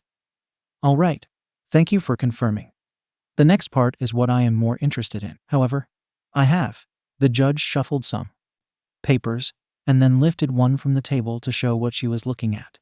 On page 6, that Midoriya Izuku went through 7 foster homes in 4 years. Could you explain the high volume of transfers? Aizawa paused at that. 7 homes in 4 years was absurd. The problem child had only told him he had been in care for a while. Aizawa knew he had been in a multitude of homes, but hadn't thought that they would have occurred in such a short amount of time. "Yes," Mochizuki-san hesitated and glanced at the boy next to her. He had clenched his fists and straightened some, Deku beginning to make an appearance now that his nerves had settled a bit. "It's because I'm quirkless. No one wanted a K-kid so useless," he grumbled. Mochizuki-san's eyes softened. "Now, that isn't true bullshit," Deku spat out, lifting his head to meet her eyes. Mochizuki-san jumped back in her chair from the venom in Deku's voice. "I will not have that type of language used during this meeting," Judge Sakai stated. "You are here to determine your disciplinary consequences of some of your more irresponsible choices. Don't make this worse by being disrespectful, boy," Officer Watanabe said, more comfortable with this version of the boy. Deku glared at him and then smiled a sly smirk. "What's the matter, officer? PSS that a quirkless kid got away from you so easily. Maybe you need to reassess your methods." "That's enough. Please continue, Mochizuki-san," the judge said, her eyebrows knitting together. "All right," Mochizuki-san said, surprised at Deku's actions. "Midoriya-kun went through so many homes for a multitude of reasons. The first 4 homes asked for his removal due to his habit of running away. He ran away, even at such a young age? Yes, it was a habit developed when he lived with his parents. Anytime they would fight, he would sneak out of the home for a while. It seems this was encouraged by his mother in order to keep him safe from his father. It continued into the next few homes. He only seemed to run away if the foster parents showed anger towards each other or towards him." "I see. How old was he when he went into his 5th home?" "Midoriya-kun was 6. This home was his longest stay before the last. It lasted a little more than a year." "And why was he moved if things were going well? Did he run away again?" "No," Deku said, earning a sharp look from the judge, Aizawa, and some of the cops in the room. He was smart enough not to continue. No, he did not run from this home. His foster parents, they had a child of their own. The child was a year younger than Midoriya. The child developed a difficult quirk that required the foster parents' full focus. They feared that Midoriya would be in danger since he was unable to defend himself. Deku snorted. It is not unusual for foster parents to fear for the safety of a quirkless child in their care. It can be stressful. Midoriya-kun was not wrong in suggesting that quirkless children had a harder time. Quirkless children are 4 times more likely to be moved from a foster home than children with quirks. But it is not because you are useless, Midoriya-kun. Mochizuki-san ended her words with a look towards the boy who was now glaring at her. Deku glanced at Judge Sakai, his eyes asking for permission to speak. The woman sighed and nodded permission. You've always been kind-hearted, Mochizuki-san. Deku started, careful of his tone. But the rest of the world isn't like you. To them, being quirkless is a death sentence. To them, being quirkless just means that you are useless. Where the Fu Deku cut himself off and took a breath. Where do you think the name Deku came from? I didn't give it to myself. The room fell silent for a moment before the judge continued, awkwardly. And the next home. The Amano family had Midoriya-kun for 5 months. They called me after he had a breakdown at the supermarket. They were stopped by pros who were concerned for Midoriya-kun. He had severe psychological symptoms due to his past that made him prone to meltdowns at the time. His foster mother was concerned that she could not give him a happy home as he did not show affection willingly. She was also concerned that he may ruin her chance at adopting a child in the future due to the suspicion she was brought under from his actions. It is my understanding that Midoriya's final home was supposedly deemed a successful match. Yes, the Okabe family. They had Midoriya-kun for 3 years before he ran away the final time. It is still unknown why he ran away. Mochizuki-san looked at Deku in question. He had bowed his head again, transitioning back to his meeker self. He left because they were abusive. Aizawa provided. The others in the room looked at him in a mixture of shock and disbelief. It wasn't quite. Izuku trailed off, not really sure what to say. The Okabes were good people. They just... Izuku was the problem. Izuku was always the problem. Being quirkless. Being broken. They didn't do anything wrong. Izuku just had to learn not to be trouble. They tried really strong. If they weren't abusive, then why did you run away? Judge Sakai asked. Izuku jolted in his seat and blushed a bit, knowing he had been mumbling. Again. Roman 2 just. Izuku didn't really know what to say. B because I hurt them. Ah, yes. One of my staff, Ishiyama Ken better known as Cementos, was on patrol when the attack was called in. Nezu spoke up for the first time since the meeting began. I do not have any record of an attack, said Detective Tsukachi. Neither do I, said the judge. Please, enlighten us, Principal Nezu. Of course. Nezu passed a small stack of papers. Around the table one was even provided to Izuku. Each packet from the stack consisted of 6 double-sided pages. The full detailed report of the incident, it seemed. When the call was received, an officer who is now retired as well as Cementos went to assess the situation. Upon arrival, Cementos reported that the man of the home sported bruises to his face and chest as well as injuries to his fists. The woman appeared unharmed, but was hysterical. The story they told police was that a robber broke into the home and attacked the family. When Mr. Okabe fought back, the robber ran, only taking a small amount of cash with him. Izuku scooted further into his chair. That story was a lie. According to Mrs. Okabe, Nezu continued, their foster son, Midoriya-kun, ran when the robber arrived, seemingly afraid of the situation. This set off a search for the boy that amounted to a dead end. It would seem, however, that this story is probably not the truth. As seen on page 5, Cementos noted that the story seemed unreliable due to the changing details, but this was written off as shock by the police. Nezu smiled cheerily. Perhaps Midoriya-kun can provide us with the truth. All eyes turned towards the boy who was currently wishing he was invisible. Or at least that Deku would appear again. Deku wouldn't be so nervous. But Deku couldn't talk about the Okabe family. The Okabe family didn't anger or scare Izuku, so that persona wasn't needed. No, Izuku was the scary one in this situation. Izuku was the one at fault. I don't want to. Just go with that story. Izuku signed. Aizawa translated for those in the room who couldn't understand. That is not an option. Nezu said cheekily. The can of worms has been opened, as they say. Izuku glanced at him, a small pout forming on his face. I hit them. Then I left. I didn't take any money, though. Why would you lash out? Sakachi questioned. Even as Deku, you never made the first move. I messed up. Officer Watanabe snorted. That much is obvious, kid. A glare was sent his way as a sliver of Deku rose to the surface. Roman 2. A huff. I was in the way, so what were you doing before? You hit Okabe-san? Aizawa asked. I was JJ just writing. In MMY notebook. You just lashed out for no reason, then? No. Then what happened while you wrote in your notebook? I was in the way. That's not an answer. Aizawa's voice was stern. Izuku didn't really know why he was becoming upset with him, but was determined to answer to try and make Aizawa okay again. He needed Aizawa to be okay with him right now. Mason was trying to clean and I didn't notice. I was in my own head. I knew she didn't like that.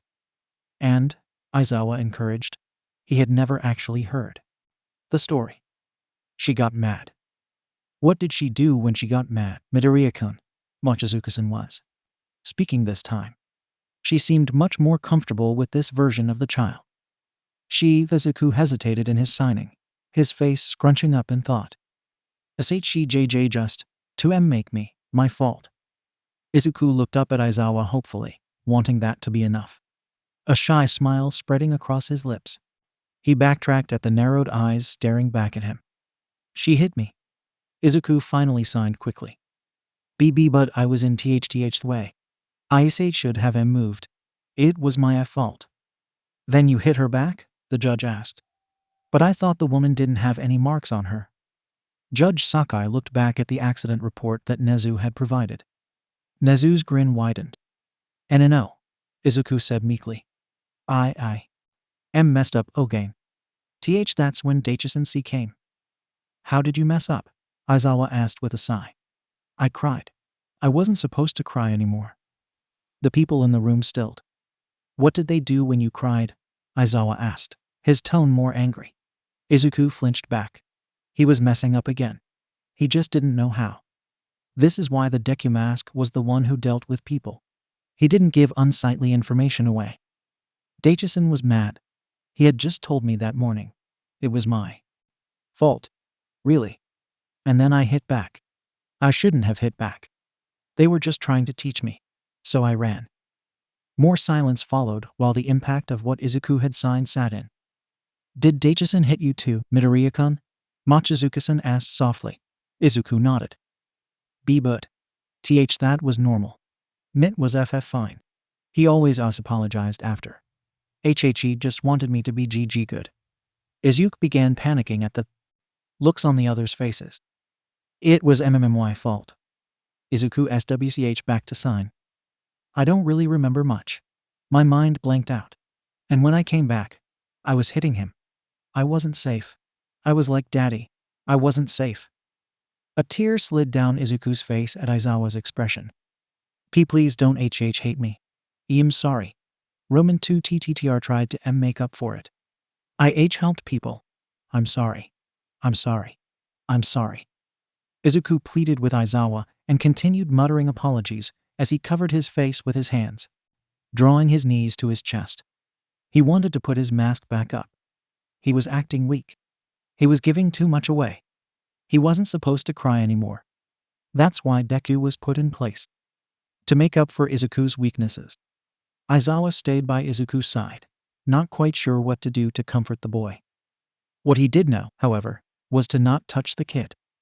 Unfortunately, it seemed Mochizuki-san did not get the memo.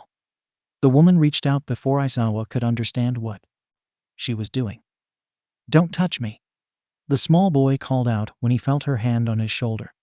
He jumped out of the chair and backed against the wall. Roman 3, I'm not safe. Don't touch me. Izuku's eyes fell between shame, anger, and guilt. A war occurring in his head. These people were trying to hurt him. They wanted him locked away. They would definitely lock him away now. He had no chance. But he deserved it. He deserved to be locked up. The tears in Izuku's eyes dried up, and the mask of Deku slipped into place. It didn't matter if he was at fault. How could he make up for his pitiful failures if they locked him up? He had to help people to make amends. If they put him away, his debts would just grow larger. He would just be more of a burden. The others in the room gave him a strange look that Deku couldn't decipher. It made him angry. They all seemed to be in on some secret that he wasn't privy to. They wanted him to just go away. If you F-Seekers are going to lock me up then, go ahead and try. I'll just get out. If you want me gone, then just let me be. I'll be less of a F-seeking burden if you just let me go back. It's not like I hurt anyone out there. Just leave me alone. Sit down, problem child, Aizawa said, shocking Deku into silence. Aizawa could handle Deku. The brat was strong-willed and could take his naturally stern tone. Deku glared at the man.